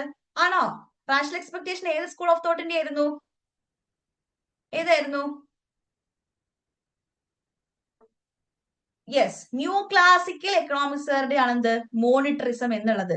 സോ നമുക്ക് ബിയും വെട്ടാൻ വേണ്ടിട്ട് പറ്റും അല്ലേ? ബി ഉള്ള ഓപ്ഷൻ നമുക്ക് വെട്ടാം. ന്യൂ ക്ലാസിക്കൽസിന്റെ ആണെന്ത് റാഷണൽ എക്സ്പെക്ടേഷൻ. ഇനി നമുക്ക് എ ഉണ്ട്, സി ഉണ്ട്, ഡി ഉണ്ട്. സിയും ഡിയും എന്തായാലും ശരിയാണെന്ന് നമുക്ക് ഉറപ്പിക്കാൻ വേണ്ടിയിട്ട് പറ്റും. കാരണം new classical assumes rational expectation competitive market highlight policy irrelevance എന്ന് പറഞ്ഞെങ്കിലും പോളിസി ഇൻഎഫക്റ്റീവ്നെസ് എന്ന് പറഞ്ഞെങ്കിലും ഒന്ന് തന്നെയാണ് കേട്ടോ. സോ സി ശരിയാണ്. D the classicals assumes competitive and frictionless economy എന്ന് പറഞ്ഞിട്ടുണ്ടെങ്കിൽ എന്താണ്? ഈ വേജ് പ്രൈസ് ഫ്ലെക്സിബിലിറ്റിനെയാണ് ഫ്രിക്ഷൻലെസ് ഇക്കോണമി എന്ന് ഉദ്ദേശിക്കുന്നത്. And highlights policy of ineffectiveness. രണ്ടും ശരിയാണ്. ഇനി നോക്കിക്കേ. The new Keynesians assume rational expectation market imperfections and highlight the role of aggregated demand. ശരിക്കും ഐ തിങ്ക് എൻ ടി എയുടെ ആൻസർ കീ പ്രകാരം അവർ കൊടുത്തിട്ടുള്ളത് ഡി ആണ്. പക്ഷെ ഒരു പരിധി വരെ നമ്മൾ നോക്കുകയാണെങ്കിൽ എയും ഇതിൽ വരാം കേട്ടോ. എൻ ടി എ കൊടുത്തിട്ടുള്ളത് സി ആൻഡ് ഡി ഓൺലി എന്നുള്ള ആൻസർ ആണ് കേട്ടോ. സി ആൻഡ് ഡി ഓൺലി എന്നുള്ള ആൻസർ ആണ്. പക്ഷെ ഈ ന്യൂ കെനീഷ്യൻസും എന്താണ് നമ്മുടെ റാഷണൽ എക്സ്പെക്ടേഷൻ ഹൈപ്പോത്തസിസിനൊക്കെ ഒരു പരിധി വരെ എഗ്രി ചെയ്തിട്ടുണ്ട്. മാർക്കറ്റ് ഇംപെർഫെക്ഷൻസിനും റോൾ ഓഫ് അഗ്രിഗേറ്റഡ് ഡിമാൻഡും അവരൊക്കെ ഇങ്ങനെ കൊടുത്തിട്ടുണ്ട്. ഓക്കെ, ദെൻ അവര് മീൻസ് എന്തുകൊണ്ട് ഇത് ശരിയായിട്ട് കൊടുത്തില്ല എന്ന് എനിക്ക് അറിയില്ല. ന്യൂ കെനീഷ്യൻസ് നമ്മൾ അങ്ങനെ പറയാറുണ്ട്. ഒരു പരിധി വരെ റാഷണൽ എക്സ്പെക്ടേഷൻ ഹൈപ്പോത്തസിസും മാർക്കറ്റ് ഇംപെർഫെക്ഷൻസും ഒക്കെ അവരുടെ ഒരു അസംഷൻ ആയിട്ട് നമുക്ക് കൊണ്ടുവരാൻ വേണ്ടിയിട്ട് പറ്റും. ഓക്കെ, ഇനി നിങ്ങൾ ഇവിടെ നോട്ട് ചെയ്ത് വെക്കേണ്ട വേറൊരു പോയിന്റ് ഇവിടെ പറയുന്നത് മോണിറ്ററിസ്റ്റ് അസ്യൂം റാഷണൽ എക്സ്പെക്ടേഷൻ എന്നാണ്. മോണിറ്ററിസ്റ്റുകൾ റാഷണൽ എക്സ്പെക്ടേഷൻ ഹൈപ്പോത്തിസിസ് പ്രകാരമല്ല പ്രവർത്തിക്കുന്നത്, അഡാപ്റ്റീവ് എക്സ്പെക്ടേഷൻ ആണ് കേട്ടോ. Adaptive expectation. Okay, adaptive expectation ആണ്. അഡാപ്റ്റീവ് എക്സ്പെക്ടേഷൻ റിലേറ്റ് ചെയ്തിരിക്കുന്നത് ആരുമായിട്ടാണെന്ന് അറിയോ?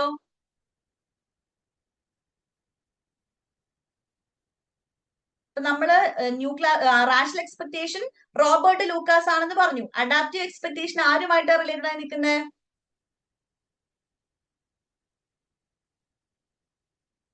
ഏത് ഇക്കണോമിക്സുമായിട്ട് റിലേറ്റഡ് ആയി നിൽക്കുന്നത്?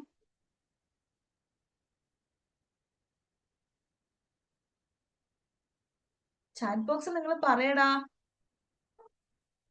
ഇതൊക്കെ സിമ്പിൾ അല്ലേ? Yes, Friedman. യെസ്. അപ്പം മിൽട്ടൺ ഫ്രീഡ്മാൻ എന്ന് പറയുമ്പോൾ തന്നെ നമുക്കറിയാം അത് മോണിറ്ററിസ്റ്റുകളുമായിട്ട് അല്ലെങ്കിൽ മോണിറ്ററിസമായിട്ട് റിലേറ്റ് നിൽക്കുന്നതാണ്. അപ്പം അഡാപ്റ്റീവ് എക്സ്പെക്ടേഷൻ ആകുമ്പോൾ മോണിറ്ററിസം ആണ്. ഓക്കെ, മോണിറ്ററിസ്റ്റുകളാണ് അഡാപ്റ്റീവ് എക്സ്പെക്ടേഷൻ അസ്യൂം ചെയ്യുന്നത്. മിൽട്ടൺ ഫ്രീഡ്മാൻ ആണ്. 1950 ആണ് കേട്ടോ ഇയർ, 1950 ആണ്. റാഷണൽ എക്സ്പെക്ടേഷൻ ആണെങ്കിൽ ന്യൂ ക്ലാസിക്കൽ ഇക്കണോമിക്സുകളാണ്, റോബർട്ട് ലൂക്കാസ് ആണ്. 1970 ആണ് ഇയർ. സോ എൻ ടിയുടെ ആൻസർക്ക് പ്രകാരം സി ആൻഡ് ഡി ആണ്. പക്ഷെ ഞാൻ പറഞ്ഞു ഒരു പരിധിവരെ നമുക്ക് എയും ക്ലിയർ ആണെന്ന് പറയാൻ വേണ്ടിട്ട് പറ്റും. ക്ലിയർ അല്ലേ? ക്ലിയർ അല്ലേ? സേതുലക്ഷ്മി, അബ്ദു, സൂഫിയ, ലക്ഷ്മി പ്രിയ, ജിജോ, അനുനന്ദ. യെസ്.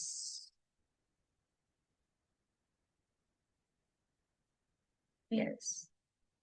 അപ്പം new creations use rational expectations use ചെയ്യുന്നുണ്ട്. ഇൻക്ലൂഡ് പ്രൈസ്, വെയ്റ്റ്സ്, റിജിഡിറ്റീസ് ആണ്.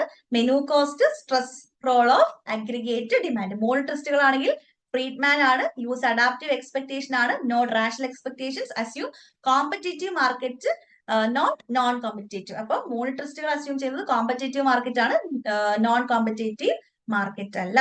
ഓക്കെ, ഇത് സിമ്പിൾ അല്ലേ ക്വസ്റ്റ്യൻ? നമുക്ക് കോൺസെപ്റ്റ് അല്ലെങ്കിൽ സ്കൂൾ ഓഫ് തോട്ട് അറിയുമെങ്കിൽ ഈസി ആയിട്ട് ആൻസർ ചെയ്യാൻ പറ്റില്ലായിരുന്നോ?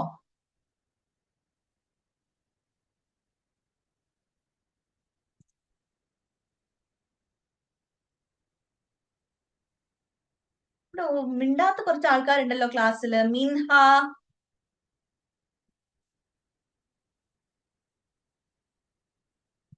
യെസ് യെസ്, സിമ്പിൾ ക്വസ്റ്റ്യൻ ആയിരുന്നു. സ്കൂൾ ഓഫ് തോട്ട് അറിയുമെങ്കിൽ കേട്ടോ.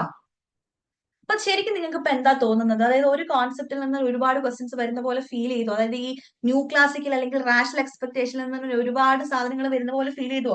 ആ പോളിസി ഇൻഎഫക്റ്റീവ്നെസ് പ്രിപ്പോസിഷനും റാഷണൽ എക്സ്പെക്ടേഷനും അത് ആരാണ് കൊണ്ടുവന്നതും എന്ന് അറിയുമെങ്കിൽ സുഖമായിട്ട് ആൻസേഴ്സ് ചെയ്തുകൂടായിരുന്നോ? ചെയ്യാൻ പറ്റില്ലേ? പറ്റുമോ ഇല്ലയോ? നിങ്ങൾക്ക് അങ്ങനെ ഫീൽ ചെയ്യുന്നുണ്ടോ ഇല്ലയോ? എടുത്തിട്ടുള്ള കംപ്ലീറ്റ് ക്വസ്റ്റ്യൻസ് റാഷണൽ എക്സ്പെക്ടേഷൻ മാത്രമാണ്. യെസ്. ഓക്കെ, അങ്ങനെയാണെങ്കിൽ ഈ ക്വസ്റ്റ്യൻ അവിടെ നിൽക്കട്ടെ. നമുക്ക് വേറെ നിങ്ങൾക്ക് പെട്ടെന്ന് ആക്സസ് ചെയ്യാൻ പറ്റുന്ന വേറൊരു ടൈപ്പ് ഓഫ് ക്വസ്റ്റ്യൻ ആണ് ഇത്. In the new classical macro model without unanticipated shock. അപ്പൊ നിങ്ങൾ ഇവിടെ ഇതൊക്കെ റീസെന്റ് നടന്നിട്ട്, അതായത് 2024 ഡിസംബറിൽ നടന്നിട്ടുള്ള എക്സാമിന്റെതാണ്. ന്യൂ ക്ലാസിക്കൽ ആണ് സ്കൂൾ ഓഫ് തോട്ട്, നിങ്ങൾ ഓർത്ത് വെക്കുക. വിത്തൗട്ട് അൺആന്റിസിപ്പേറ്റഡ് ഷോക്ക് ആണ്. അതായത് വിത്തൗട്ട് അൺആന്റിസിപ്പേറ്റഡ് എന്ന് പറയുമ്പോൾ അതിന്റെ അർത്ഥം ആന്റിസിപ്പേറ്റഡ് എന്നാണ് കേട്ടോ. വിത്തൗട്ട് അൺആന്റിസിപ്പേറ്റഡ്. അൺആന്റിസിപ്പേറ്റഡ് എന്ന് പറയുമ്പോഴാണ് നമ്മൾ അപ്രതീക്ഷിതം എന്ന് പറയുന്നത്. അപ്പം അപ്രതീക്ഷിതമല്ല എന്ന് പറയുമ്പോൾ അതിന്റെ അർത്ഥം എന്താണ്? നമ്മൾ പ്രതീക്ഷിച്ചിട്ടുള്ളതാണ്, നമ്മൾ പ്രതീക്ഷിക്കുന്നതാണ്, നമ്മൾ ആന്റിസിപ്പേറ്റ് ചെയ്തിട്ടുള്ളതാണ്. ഓക്കെ, അപ്പം new classical macro economic model ആണ്. ഒരു ആന്റിസിപ്പേറ്റഡ് ആയിട്ടുള്ള നമ്മൾ എക്സ്പെക്ട് ചെയ്യുന്ന ഒരു ഷോക്ക് ഉണ്ടായിട്ടുണ്ടെങ്കിൽ നമുക്ക് ഏതൊക്കെ തരത്തിലുള്ള അൺഎംപ്ലോയ്മെന്റ് ആണ് നിലനിൽക്കുക എന്നുള്ളതാണ് ക്വസ്റ്റ്യൻ. ഡിസംബർ 2024 എക്സാമിലെ ക്വസ്റ്റ്യൻ ആണ്. വളരെ സിമ്പിൾ ആണ്, ഒന്ന് ആൻസർ ചെയ്തേ. ഇത് വളരെ ഇമ്പോർട്ടന്റ് കോൺസെപ്റ്റ് ആണ് കേട്ടോ. ഒരുപാട് എക്സാമിൽ ഓപ്ഷൻസ് പോലും മാറ്റാതെ അതേപോലെ ചോദിച്ചിട്ടുണ്ട്.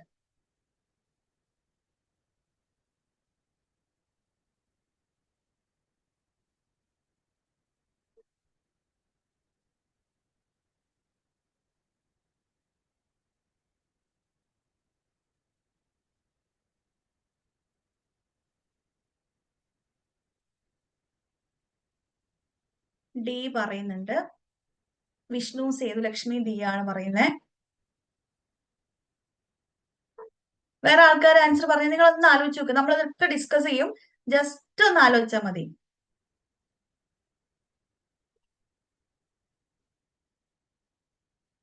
ഞാൻ എക്സ്പ്ലെയിൻ ചെയ്യട്ടെ. അങ്ങനെയാണെങ്കിൽ ചിലപ്പോൾ മേ ബി എന്റെ ഫസ്റ്റ് ക്ലാസ് ആയതുകൊണ്ടായിരിക്കും നിങ്ങൾക്ക് മീൻസ് ഇങ്ങനെ ഞാൻ ചോദിക്കുന്നിടത്ത് മറുപടി പറയാനുള്ള ഒരു ബുദ്ധിമുട്ടുണ്ടായിരിക്കും. ഞാൻ പറയട്ടെ എന്നാല്.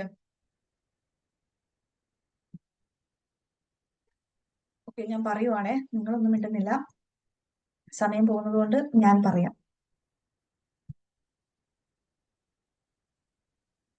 ഓക്കെ, ശ്രദ്ധിക്കാം കേട്ടോ.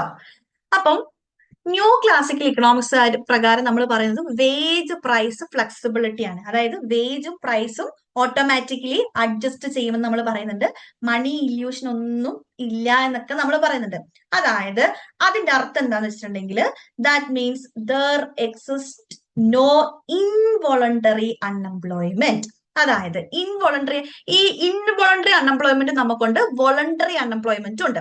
വോളണ്ടറി അൺഎംപ്ലോയ്മെന്റ് എന്ന് പറഞ്ഞിട്ടുണ്ടെങ്കിൽ നമ്മൾ സ്വമേധയാ നമ്മൾ വർക്ക് ചെയ്യുന്നില്ല. Okay, workers choose not to work at the prevailing real wage. അതായത് പ്രിവെയിലിംഗ് വേജ് റേറ്റിൽ നമ്മൾ സ്വമേധയാ വർക്ക് ചെയ്യാൻ തയ്യാറാവുന്നില്ല എങ്കിൽ അതിനെയാണ് വോളണ്ടറി അൺഎംപ്ലോയ്മെന്റ് എന്ന് പറയുന്നത്. അപ്പം നിങ്ങൾ ആലോചിക്കുക, നിങ്ങളിപ്പം പണ്ട് NSSന്റെ വോളണ്ടറി ആയിട്ട് നിങ്ങൾ സ്വന്തമായിട്ട് എടുക്കുന്നതല്ലേ, നമ്മൾ സ്വന്തമായിട്ട് ഒരു വോളണ്ടറി റെസ്പോൺസിബിലിറ്റി എടുക്കുന്നതല്ലേ. അപ്പം നമ്മൾ പ്രിവൈലിംഗ് വേജ് റേറ്റിൽ ജോലി ചെയ്യാൻ തയ്യാറല്ല എങ്കിൽ അതിനെയാണ് നമ്മൾ വോളണ്ടറി അൺഎംപ്ലോയ്മെന്റ് എന്ന് വിളിക്കുന്നത്. ഓക്കെ, ഓർ നാച്ചുറൽ അൺഎംപ്ലോയ്മെന്റ് നമുക്ക് വിളിക്കാൻ വേണ്ടിട്ട് പറ്റും. ഓക്കെ, അപ്പം ന്യൂ ക്ലാസിക്കൽ ഇക്കണോമിക്സ് പ്രകാരം നമ്മുടെ ഇക്കോണമിയിൽ ഒന്നില്ലെങ്കിൽ there exist only voluntary unemployment അല്ലെങ്കിൽ നാച്ചുറൽ അൺഎംപ്ലോയ്മെന്റ്. നാച്ചുറൽ അൺഎംപ്ലോയ്മെന്റ് എന്നുണ്ടെങ്കിൽ it is the unemployment that persist in the economy even when it is operating at the full employment level of output. അതായത് economy full employment level of output അല്ലെങ്കിൽ നമ്മുടെ potential GDP-യിലാണ് work ചെയ്യുന്നത് എങ്കിലും exist ചെയ്യുന്ന ചെറിയൊരു rate of unemployment അവിടെ എന്തായാലും exist ചെയ്യും. എത്രയൊക്കെ ഫുൾ എംപ്ലോയ്മെന്റ് ആണെന്ന് പറഞ്ഞിട്ടുണ്ടെങ്കിലും അവിടെ ചെറിയ റേറ്റ് ഓഫ് അൺഎംപ്ലോയ്മെന്റ് പെർസിസ്റ്റ് ചെയ്യും. അതിനാണ് നാച്ചുറൽ അൺഎംപ്ലോയ്മെന്റ് എന്ന് പറയുന്നത്. അപ്പം ന്യൂ ക്ലാസിക്കൽ ഇക്കണോമിക്സുകാരുടെ അഭിപ്രായ പ്രകാരം ഇക്കോണമിയിൽ വോളണ്ടറി അൺഎംപ്ലോയ്മെന്റും നാച്ചുറൽ അൺഎംപ്ലോയ്മെന്റ് റേറ്റും മാത്രമേ ഉണ്ടാകുള്ളൂ. There is no involuntary unemployment. Okay, involuntary എന്ന് പറയുമ്പോൾ എന്താണ്? വോളണ്ടറി എന്ന് പറയുമ്പോൾ ഞാൻ പറഞ്ഞു, നമ്മൾ സ്വമേധയാ പ്രിവൈലിംഗ് വേജ് റേറ്റിൽ വർക്ക് ചെയ്യാൻ തയ്യാറാകാത്ത സിറ്റുവേഷനെയാണ് നമ്മൾ വോളണ്ടറി എന്ന് പറയുന്നത്. അപ്പം ഇൻവോളണ്ടറി അൺഎംപ്ലോയ്മെന്റ് എന്തായിരിക്കും? ജോലി ചെയ്യാൻ തയ്യാറാണ്, പക്ഷെ ജോലി കിട്ടാത്ത അവസ്ഥയിലല്ലേ നമ്മൾ ഇൻവോളണ്ടറി അൺഎംപ്ലോയ്മെന്റ് എന്ന് പറയുന്നത്. ആണോ?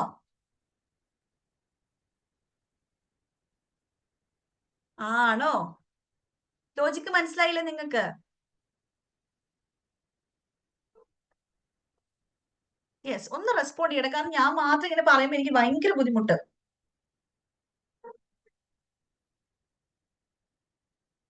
യെസ്, പിന്നെ ഇത്ര നിങ്ങൾ മനസ്സിലാക്കി വെക്കുക. എന്തുകൊണ്ടാണ് ശരിക്കും ന്യൂ ക്ലാസിക്കൽ ഇക്കണോമിക്സ് പ്രകാരം നമ്മുടെ ഇക്കോണമിയിൽ ഇൻവോളണ്ടറി അൺഎംപ്ലോയ്മെന്റ് ഇല്ല എന്ന് പറയുന്നത്? കാരണം നമ്മൾ വേജ് പ്രൈസ് ഫ്ലെക്സിബിലിറ്റി നമ്മൾ നേരത്തെ പറഞ്ഞില്ലേ, മാർക്കറ്റ് ഓട്ടോമാറ്റിക്കലി ക്ലിയർ ആകും, ലേബർ മാർക്കറ്റ് ഒക്കെ ഓട്ടോമാറ്റിക്കലി ക്ലിയർ ആകും അറിയില്ലേ. അതായത് ഡിമാൻഡ് ഫോർ ലേബർ കുറയുകയാണെങ്കിലും, അതായത് അൺഎംപ്ലോയ്മെന്റ് റേറ്റ് കുറയുകയാണെങ്കിലും വേജ് കുറയും. വേജ് കുറയുന്ന സമയത്ത് ഫേംസ് പിന്നെ ആൾക്കാരെ ഹയർ ചെയ്യും, അങ്ങനെ അൺഎംപ്ലോയ്മെന്റ് കുറയും. അപ്പം ന്യൂ ക്ലാസിക്കൽസിന്റെ പ്രകാരം വേജ് പ്രൈസ് ഫ്ലെക്സിബിലിറ്റി ഉണ്ട്. ഓക്കെ, വേജ് പ്രൈസ് ഫ്ലെക്സിബിലിറ്റി ഉണ്ട്. നോ മണി ഇല്യൂഷനും അവിടെ ഇല്ല. ഓക്കെ, അതുകൊണ്ട് തന്നെ അവിടെ ഇൻവോളണ്ടറി അൺഎംപ്ലോയ്മെന്റ് എക്സിസ്റ്റ് ചെയ്യില്ല. ഓക്കെ, അതായത് ജോലി ചെയ്യാൻ തയ്യാറാണ് എന്നിട്ട് ജോലി കിട്ടാത്ത അവസ്ഥ ഉണ്ടാകില്ല. There exist only voluntary unemployment. Real wage റേറ്റിൽ നമ്മൾ സ്വമേധയാ വർക്ക് ചെയ്യാൻ തയ്യാറാകാത്ത അവസ്ഥ അല്ലെങ്കിൽ നാച്ചുറൽ അൺഎംപ്ലോയ്മെന്റ് മാത്രമേ എക്സിസ്റ്റ് ചെയ്യുകയുള്ളൂ. അപ്പൊ നിങ്ങൾ ഇങ്ങനെ തന്നെ പഠിച്ചു വെക്കാം കേട്ടോ. According to new classical economics there exist two types of unemployment: voluntary unemployment and natural unemployment. There is no involuntary unemployment. Okay, in classical and new classical economics they assume perfect wage price flexibility. അപ്പം എന്തുകൊണ്ടാണ് voluntary അൺഎംപ്ലോയ്മെന്റും natural അൺഎംപ്ലോയ്മെന്റും മാത്രം നിലനിൽക്കുന്നത് എന്ന് ചോദിച്ചിട്ടുണ്ടെങ്കിൽ അവിടെ wage price flexibility ഉണ്ട്. അതുകൊണ്ടാണ് there is no എന്താണ് involuntary unemployment. The economy always move towards full employment output. Clear അല്ലേ? ക്ലിയർ അല്ലേ?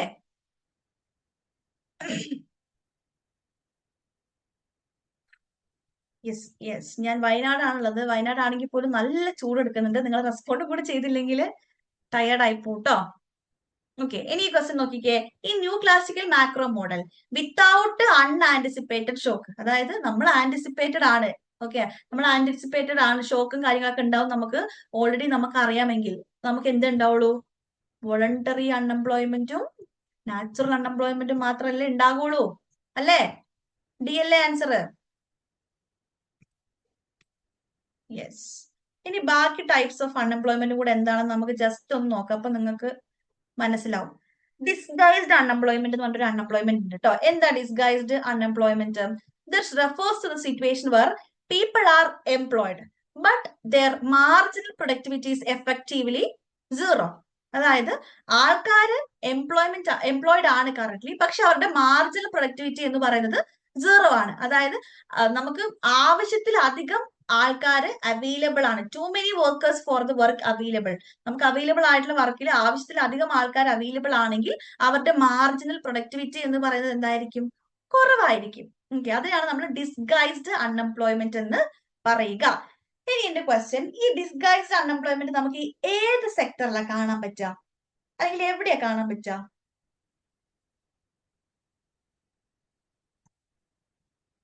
Yes, agriculture. Yes, of course, of course. Okay, അപ്പം ഡിസ്ഗൈസ്ഡ് അൺഎംപ്ലോയ്മെന്റ് എന്ന് പറഞ്ഞിട്ടുണ്ടെങ്കിൽ it's a situation where people are employed but their marginal productivity is effectively zero. ഇനി അടുത്തതാണ് cyclical unemployment. This unemployment is caused by downturns in the business cycle. Business സൈക്കിളിൽ ഉണ്ടാകുന്ന ഫ്ലക്ച്വേഷൻസിൽ വരുന്ന unemployment ആണ് cyclical unemployment. Unemployment that occur due to fall in aggregated demand in the economy, usually during recession or economic slowdown. അതായത് ഇപ്പം lack of sufficient demand for goods and services ആണെന്ന് വിചാരിക്കുക. അതായത് ഇക്കോണമിയിൽ currently ഒരു റിസിഷൻ അല്ലെങ്കിൽ ഒരു depression situation ഒക്കെ ആണെന്ന് വിചാരിക്കുക. അപ്പൊ എന്തായിരിക്കും? ഡിമാൻഡ് കുറവായിരിക്കും. ഡിമാൻഡ് കുറയുന്ന സമയത്ത് ഫേംസിന് പിന്നെ പ്രൊഡ്യൂസ് ചെയ്യേണ്ട ആവശ്യമുണ്ടോ? ഇല്ല. അപ്പൊ ഫേമുകൾ പ്രൊഡക്ഷൻ കുറയും. പ്രൊഡക്ഷൻ കുറയ്ക്കുന്ന സമയത്ത് കൂടുതൽ ആൾക്കാരെ പിരിച്ചുവിടും, ലേ ഓഫ് ചെയ്യും. അപ്പോൾ അൺഎംപ്ലോയ്മെന്റ് ഉണ്ടാവില്ലേ? അതിനാണ് നമ്മൾ സൈക്ലിക്കൽ അൺഎംപ്ലോയ്മെന്റ് എന്ന് പറയുന്നത്. ബിസിനസ് സൈക്കിൾ ഉണ്ടാകുന്ന ഫ്ലക്ച്വേഷൻസിൽ ബാധിക്കുന്ന, അല്ലെങ്കിൽ ബിസിനസ് സൈക്കിൾ ഉണ്ടാകുന്ന ഫ്ലക്ച്വേഷൻസ് അൺഎംപ്ലോയ്മെന്റിലേക്ക് കാരണമാകുന്നുണ്ടെങ്കിൽ അതിനാണ് നമ്മൾ സൈക്ലിക്കൽ അൺഎംപ്ലോയ്മെന്റ് എന്ന് പറയുന്നത്. ക്ലിയർ അല്ലേ? ക്ലിയർ അല്ലേ? പറയടാ ഒന്ന്, ഭയങ്കര ബുദ്ധിമുട്ടുണ്ട് കേട്ടോ അങ്ങനെ നിങ്ങൾ. യെസ്. ഓക്കെ, ഇനി ഇതിപ്പോ ഞാൻ കാണിച്ചിട്ടുള്ള ഈ ഒരു ക്വസ്റ്റ്യൻ എന്ന് പറയുന്നത് ഡിസംബർ 2024 ക്വസ്റ്റ്യൻ ആയിരുന്നേ. ഓക്കെ, നിങ്ങൾ നോക്കിക്കേ, ഡിസംബർ 2024 വേറൊരു question. According to the real business cycle school. Okay, അപ്പം ഈ റിയൽ ബിസിനസ് സൈക്കിൾ സ്കൂൾ എന്ന് പറയുമ്പോഴും നിങ്ങളുടെ മനസ്സിലേക്ക് ഏത് സ്കൂൾ ഓഫ് തോട്ട് വരണം? New classical school of thought വരണം കേട്ടോ. New classical school of thought വരണം. റിയൽ ബിസിനസ് സൈക്കിൾ തിയറി എന്ന് പറയുമ്പോൾ ന്യൂ ക്ലാസിക്കൽ സ്കൂൾ ഓഫ് തോട്ടുമായിട്ട് റിലേറ്റഡ് ആയിട്ട് നിൽക്കുന്നതാണ്. ഓക്കെ, അപ്പം according to real business cycle school എന്ന് പറയുമ്പോൾ ന്യൂ ക്ലാസിക്കൽ സ്കൂൾ ഓഫ് തോട്ടുമായിട്ടാണ് റിലേറ്റഡ് നിൽക്കുന്നത്. In the absence of supply shock. Supply shock ഇല്ല, അപ്പൊ ഏതൊക്കെ ടൈപ്പ് ഓഫ് അൺഎംപ്ലോയ്മെന്റ് ആയിരിക്കും എക്സിസ്റ്റ് ചെയ്യുന്നുണ്ടായിരിക്കുക? There is only involuntary unemployment, there is only voluntary unemployment, there is both voluntary and involuntary unemployment simultaneously, there is no unemployment at all. നിങ്ങളൊന്ന് പറഞ്ഞേ, new classical economics പ്രകാരം ഏത് unemployment ആണ് നിലനിൽക്കുക? there exists only voluntary unemployment. Yes അല്ലെ? നമ്മൾ പറഞ്ഞില്ലേ new classicals പ്രകാരം ഒന്നില്ലെങ്കിൽ വോളണ്ടറി അൺഎംപ്ലോയ്മെന്റ് അല്ലെങ്കിൽ നാച്ചുറൽ അൺഎംപ്ലോയ്മെന്റ് മാത്രമേ നിലനിൽക്കുള്ളൂ. അവിടെ ഇൻവോളണ്ടറി ആയിട്ടുള്ള അൺഎംപ്ലോയ്മെന്റ് ഉണ്ടായിരിക്കില്ല. അതായത് പ്രിവൈലിംഗ് വേജ് റേറ്റിൽ ജോലി ചെയ്യാൻ നമ്മൾ സ്വമേധയാ തയ്യാറായിട്ടില്ലെങ്കിലാണ് നമ്മൾ പറയാ വോളണ്ടറി അൺഎംപ്ലോയ്മെന്റ് എന്ന് പറയുന്നത്. പക്ഷെ അങ്ങനെ ന്യൂ ക്ലാസിക്കൽ ഇക്കണോമിക്സ് പ്രകാരം അങ്ങനെ മാത്രമേ ഉണ്ടാവുള്ളൂ, അല്ലാണ്ട് ഇൻവോളണ്ടറി അൺഎംപ്ലോയ്മെന്റ് ഉണ്ടാകില്ല. ജോലി ചെയ്യാൻ തയ്യാറായിട്ടുള്ള എല്ലാവർക്കും ജോലി ഉണ്ടായിരിക്കും. ഓക്കെ, അതിനാണ് നമ്മൾ ഇൻവോളണ്ടറി അൺഎംപ്ലോയ്മെന്റ്, അല്ലാണ്ട് അവർക്ക് ജോലി കിട്ടാതിരിക്കില്ല. ബി ആണ് correct. Okay,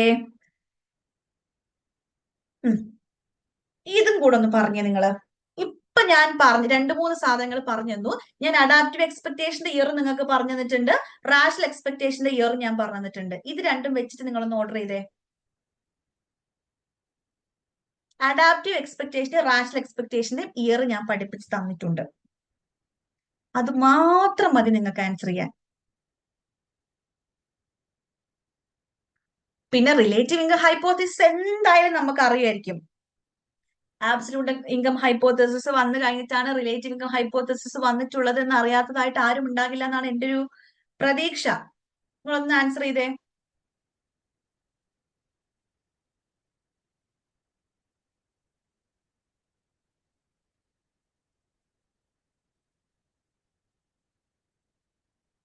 oldest to latest ആണ്.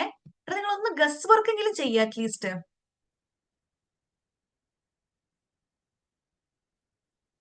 ഷമീമ എ ചെയ്തിട്ടുണ്ട്, സൂഫിയ സി ചെയ്തിട്ടുണ്ട്.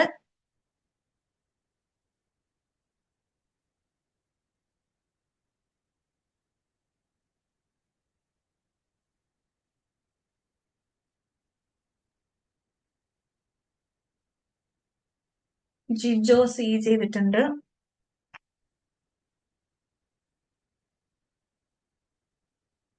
ഓക്കെ, ഇതൊക്കെ നമുക്ക് അങ്ങനെ തന്നെ പഠിച്ചു. നമ്മൾ പറഞ്ഞു adaptive expectation hypothesis by Milton Friedman ആണ്, മോണിറ്ററിസവുമായിട്ട് റിലേറ്റഡ് ആയി നിൽക്കുന്നു. 1950 ആണെന്ന് നമ്മൾ പറഞ്ഞു. ഓക്കെ, ഇനി rational expectation hypothesis by Lucas 1970 ആണ് നമ്മൾ പറഞ്ഞു. അപ്പം എ കഴിഞ്ഞിട്ട് എന്തായാലും എന്ത് വരുള്ളൂ? ഡി വരികയുള്ളൂ. എ കഴിഞ്ഞിട്ട് എന്തായാലും ഡി വരുള്ളൂ. എല്ലാ ഓപ്ഷനിലും എ കഴിഞ്ഞിട്ടാണ് ഡി വരുന്നത്. അതുകൊണ്ട് നമുക്ക് അങ്ങനെ പെട്ടെന്ന് എലിമിനേറ്റ് ചെയ്യാൻ വേണ്ടിയിട്ട് ഈ ക്വസ്റ്റ്യനിൽ പറ്റില്ല. Okay, relative income hypothesis by James Dusenberry in 1949. Adaptive expectation hypothesis by Milton Friedman in 1950. Rational expectation hypothesis by Robert Lucas in 1970. The efficiency wage hypothesis by Yellen and Joseph Stiglitz in the late 1970s and early 1980s. നമ്മൾ മൈക്രോയിലൊക്കെ class പറയുന്നത് നിങ്ങൾക്ക് എടുക്കുന്ന സമയത്ത് efficiency wage hypothesis എന്താണെന്നൊക്കെ പറയൂ കേട്ടോ. Okay, relative income hypothesis എല്ലാവർക്കും അറിയില്ലേ? 2 എഫക്റ്റ് ഉണ്ട്. അതിൽ എന്തൊക്കെ എഫക്റ്റുകളാണ് റിലേറ്റീവ് ഹൈപ്പോത്തസിസിൽ ഉള്ളത്?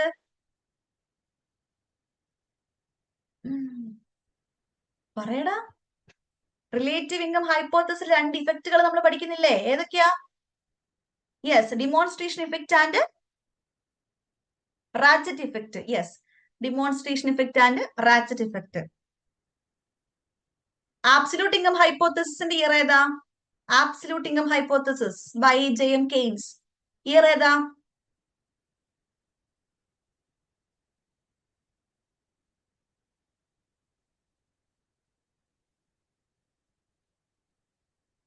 (1936) അല്ലേ?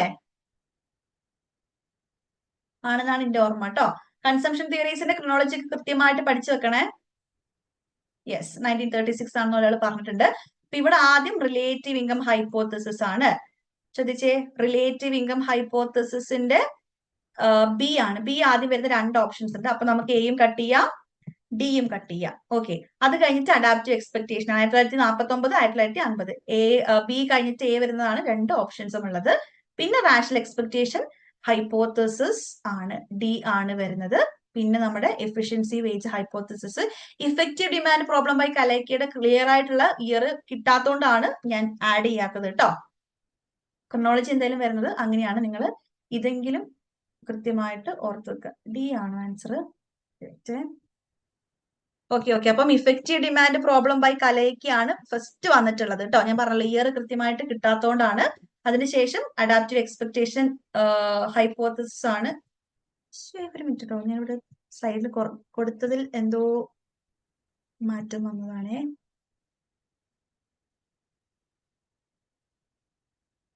യെസ്, റിലേറ്റീവ് ഇൻകം ഹൈപ്പോത്തസിസ് ആണ്. പിന്നെ അഡാപ്റ്റീവ് എക്സ്പെക്ടേഷൻ ഹൈപ്പോത്തസിസ് ആണ്. റാഷണൽ എക്സ്പെക്ടേഷൻ ഹൈപ്പോത്തസിസ് ആണ്. പിന്നെ നമ്മുടെ എഫിഷ്യൻസി വേജ് തിയറി കേട്ടോ. ഈ ഇയറുകൾ നിങ്ങൾ കൃത്യമായിട്ട് ഓർത്ത് വെക്കണേ.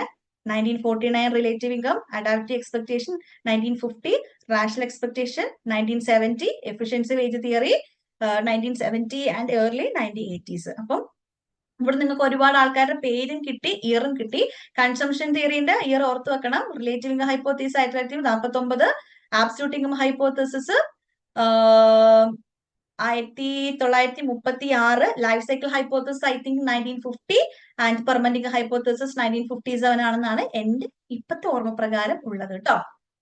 ഓക്കെ, കലൈക്കയുടെ എഫക്റ്റീവ് ഡിമാൻഡ് പ്രോബ്ലത്തിന് ഒരുപാട് ഇയറുകൾ കാണിക്കുന്നുണ്ട്, അതുകൊണ്ടാണ് ഞാൻ ഇൻക്ലൂഡ് ചെയ്യാത്തത്. വിഷ്ണു പറയുന്നുണ്ട് 1933 ആണെന്ന്. 1933 ആണോ എന്ന് ചെക്ക് ചെയ്ത് നോക്കട്ടെ കേട്ടോ. സ്ലൈഡ് മാറ്റട്ടെ. അപ്പം കൃത്യമായിട്ട് ഓർത്ത് വെക്കേണ്ടത് അഡാപ്റ്റീവ് എക്സ്പെക്ടേഷൻ മോണിറ്ററിസം ആണ്, മിൽട്ടൺ ഫ്രീഡ്മാൻ ആണ്, 1950 ആ കാര്യം അറിയെങ്കിൽ തന്നെ ഒരുപാട് ക്വസ്റ്റ്യൻ ആൻസർ ചെയ്യാൻ വേണ്ടിയിട്ട് പറ്റും. അടുത്ത ക്വസ്റ്റ്യൻ ഏതാണ്? അടുത്ത ക്വസ്റ്റ്യൻ കുറച്ച് ടൈറ്റ് ആയിട്ടുള്ള ക്വസ്റ്റ്യൻ ആണ്. സോ ഇന്ന് പറഞ്ഞ കാര്യങ്ങളൊക്കെ നിങ്ങൾക്ക് ക്ലിയർ ആണോ? അതായത് ന്യൂ ക്ലാസിക്കൽസ്, അവരുടെ അസംഷൻസ് എന്തൊക്കെയാണ്, എന്താണ് പോളിസി ഇൻഎഫക്റ്റീവ്നെസ് പ്രിപ്പോസിഷൻ നമ്മൾ പറഞ്ഞു, എന്താണ് വേജ് പ്രൈസ് ഫ്ലെക്സിബിലിറ്റി എന്ന് നമ്മൾ പറഞ്ഞു. അതൊക്കെ നിങ്ങൾക്ക് ക്ലിയർ ആണോ? Involuntary, voluntary unemployment, new classicals പ്രകാരമുള്ള ടൈപ്പ് ഓഫ് അൺഎംപ്ലോയ്മെന്റ് ഏത് എക്സിസ്റ്റ് ചെയ്യുന്നതെന്ന് നമ്മൾ പറഞ്ഞു. റാഷണൽ എക്സ്പെക്ടേഷൻ എന്താണെന്ന് നമ്മൾ പറഞ്ഞു. എന്താണ് മണി ഇല്യൂഷൻ നമ്മൾ പറഞ്ഞു. മണി ന്യൂട്രാലിറ്റി എന്താണെന്ന് നമ്മൾ പഠിച്ചു. ക്ലിയർ ആണോ നിങ്ങൾക്ക്? Yes, clear. വേറെ ആർക്കും ക്ലിയർ അല്ലേ? നിങ്ങൾ പരമാവധി റെസ്പോണ്ട് ചെയ്യാം കേട്ടോ. ലാസ്റ്റ് ക്വസ്റ്റ്യന്റെ ആൻസർ ഡി കേട്ടോ. നിങ്ങൾ മാക്സിമം റെസ്പോണ്ട് ചെയ്യണേ. ഞാൻ പൊതുവെ ക്ലാസ് എടുക്കുന്ന സമയത്ത് ഇങ്ങനെ മിണ്ടാണ്ട് നിൽക്കാൻ സമ്മതിക്കാറേ ഇല്ല. ഇതിപ്പോ ഞാൻ നിങ്ങളുമായിട്ടുള്ള ഫസ്റ്റ് ക്ലാസ് ആയതുകൊണ്ടാണ് ക്ഷമിച്ചു തന്നത്. നെക്സ്റ്റ് ക്ലാസ് മുതൽ നിങ്ങൾ മാക്സിമം ഇന്ററാക്ട് ചെയ്യുക, സ്വന്തം എഫേർട്ട് ഇട്ട് കുറച്ചും കൂടി പഠിക്കാൻ വേണ്ടി ശ്രദ്ധിക്കുക. സ്കൂൾ ഓഫ് തോട്ടിന്റെ ഒരു ബേസിക് നോളജ് നിങ്ങൾ ഉണ്ടാക്കുക കേട്ടോ. സ്കൂൾ ഓഫ് തോട്ട് എന്ന് പറയുന്നത് മാക്രോ ഇക്കണോമിക്സ് ഏറ്റവും ഇമ്പോർട്ടന്റ് ആണ്. ക്രോണോളജിക്കലി അറേഞ്ച് ചെയ്യാൻ ഒരുപാട് വട്ടം ചോദിച്ചിട്ടുണ്ട്. മേ ബി നിങ്ങൾക്ക് ക്ലാസ്സുകൾ ഇനി ഉണ്ടെങ്കിൽ ഐ വിൽ ഷോ എന്തൊക്കെയാണ് ആ ഒരു സൈഡിൽ നിന്ന് ക്വസ്റ്റ്യൻസ് വന്നിട്ടുള്ളത് എന്ന്. So thank you all. എല്ലാവർക്കും മനസ്സിലായിട്ടുണ്ടാകും എന്ന് ഞാൻ വിചാരിക്കുന്നു, അല്ലെങ്കിൽ നിങ്ങൾക്ക് ഹെൽപ്ഫുൾ ആയിട്ടുണ്ടാകും എന്ന് ഞാൻ എക്സ്പെക്ട് ചെയ്യുന്നു. Hope you can understand the whole concept. എല്ലാവരും നല്ലപോലെ തന്നെ പഠിക്കുക, നല്ലപോലെ റിവൈസ് ചെയ്യുക. എഴുതി കൂട്ടി മാറ്റി വെച്ചാൽ മാത്രം പോരാ. പഠിപ്പിക്കുന്ന കാര്യങ്ങൾ കൃത്യമായിട്ട് റിവൈസ് ചെയ്തിട്ടുണ്ടെങ്കിൽ മാത്രമേ നിങ്ങൾക്ക് ആൻസർ ചെയ്യാൻ വേണ്ടി പറ്റുള്ളൂ. സോ നല്ലപോലെ വർക്ക്ഔട്ട് ചെയ്യാം കേട്ടോ. Okay, thank U.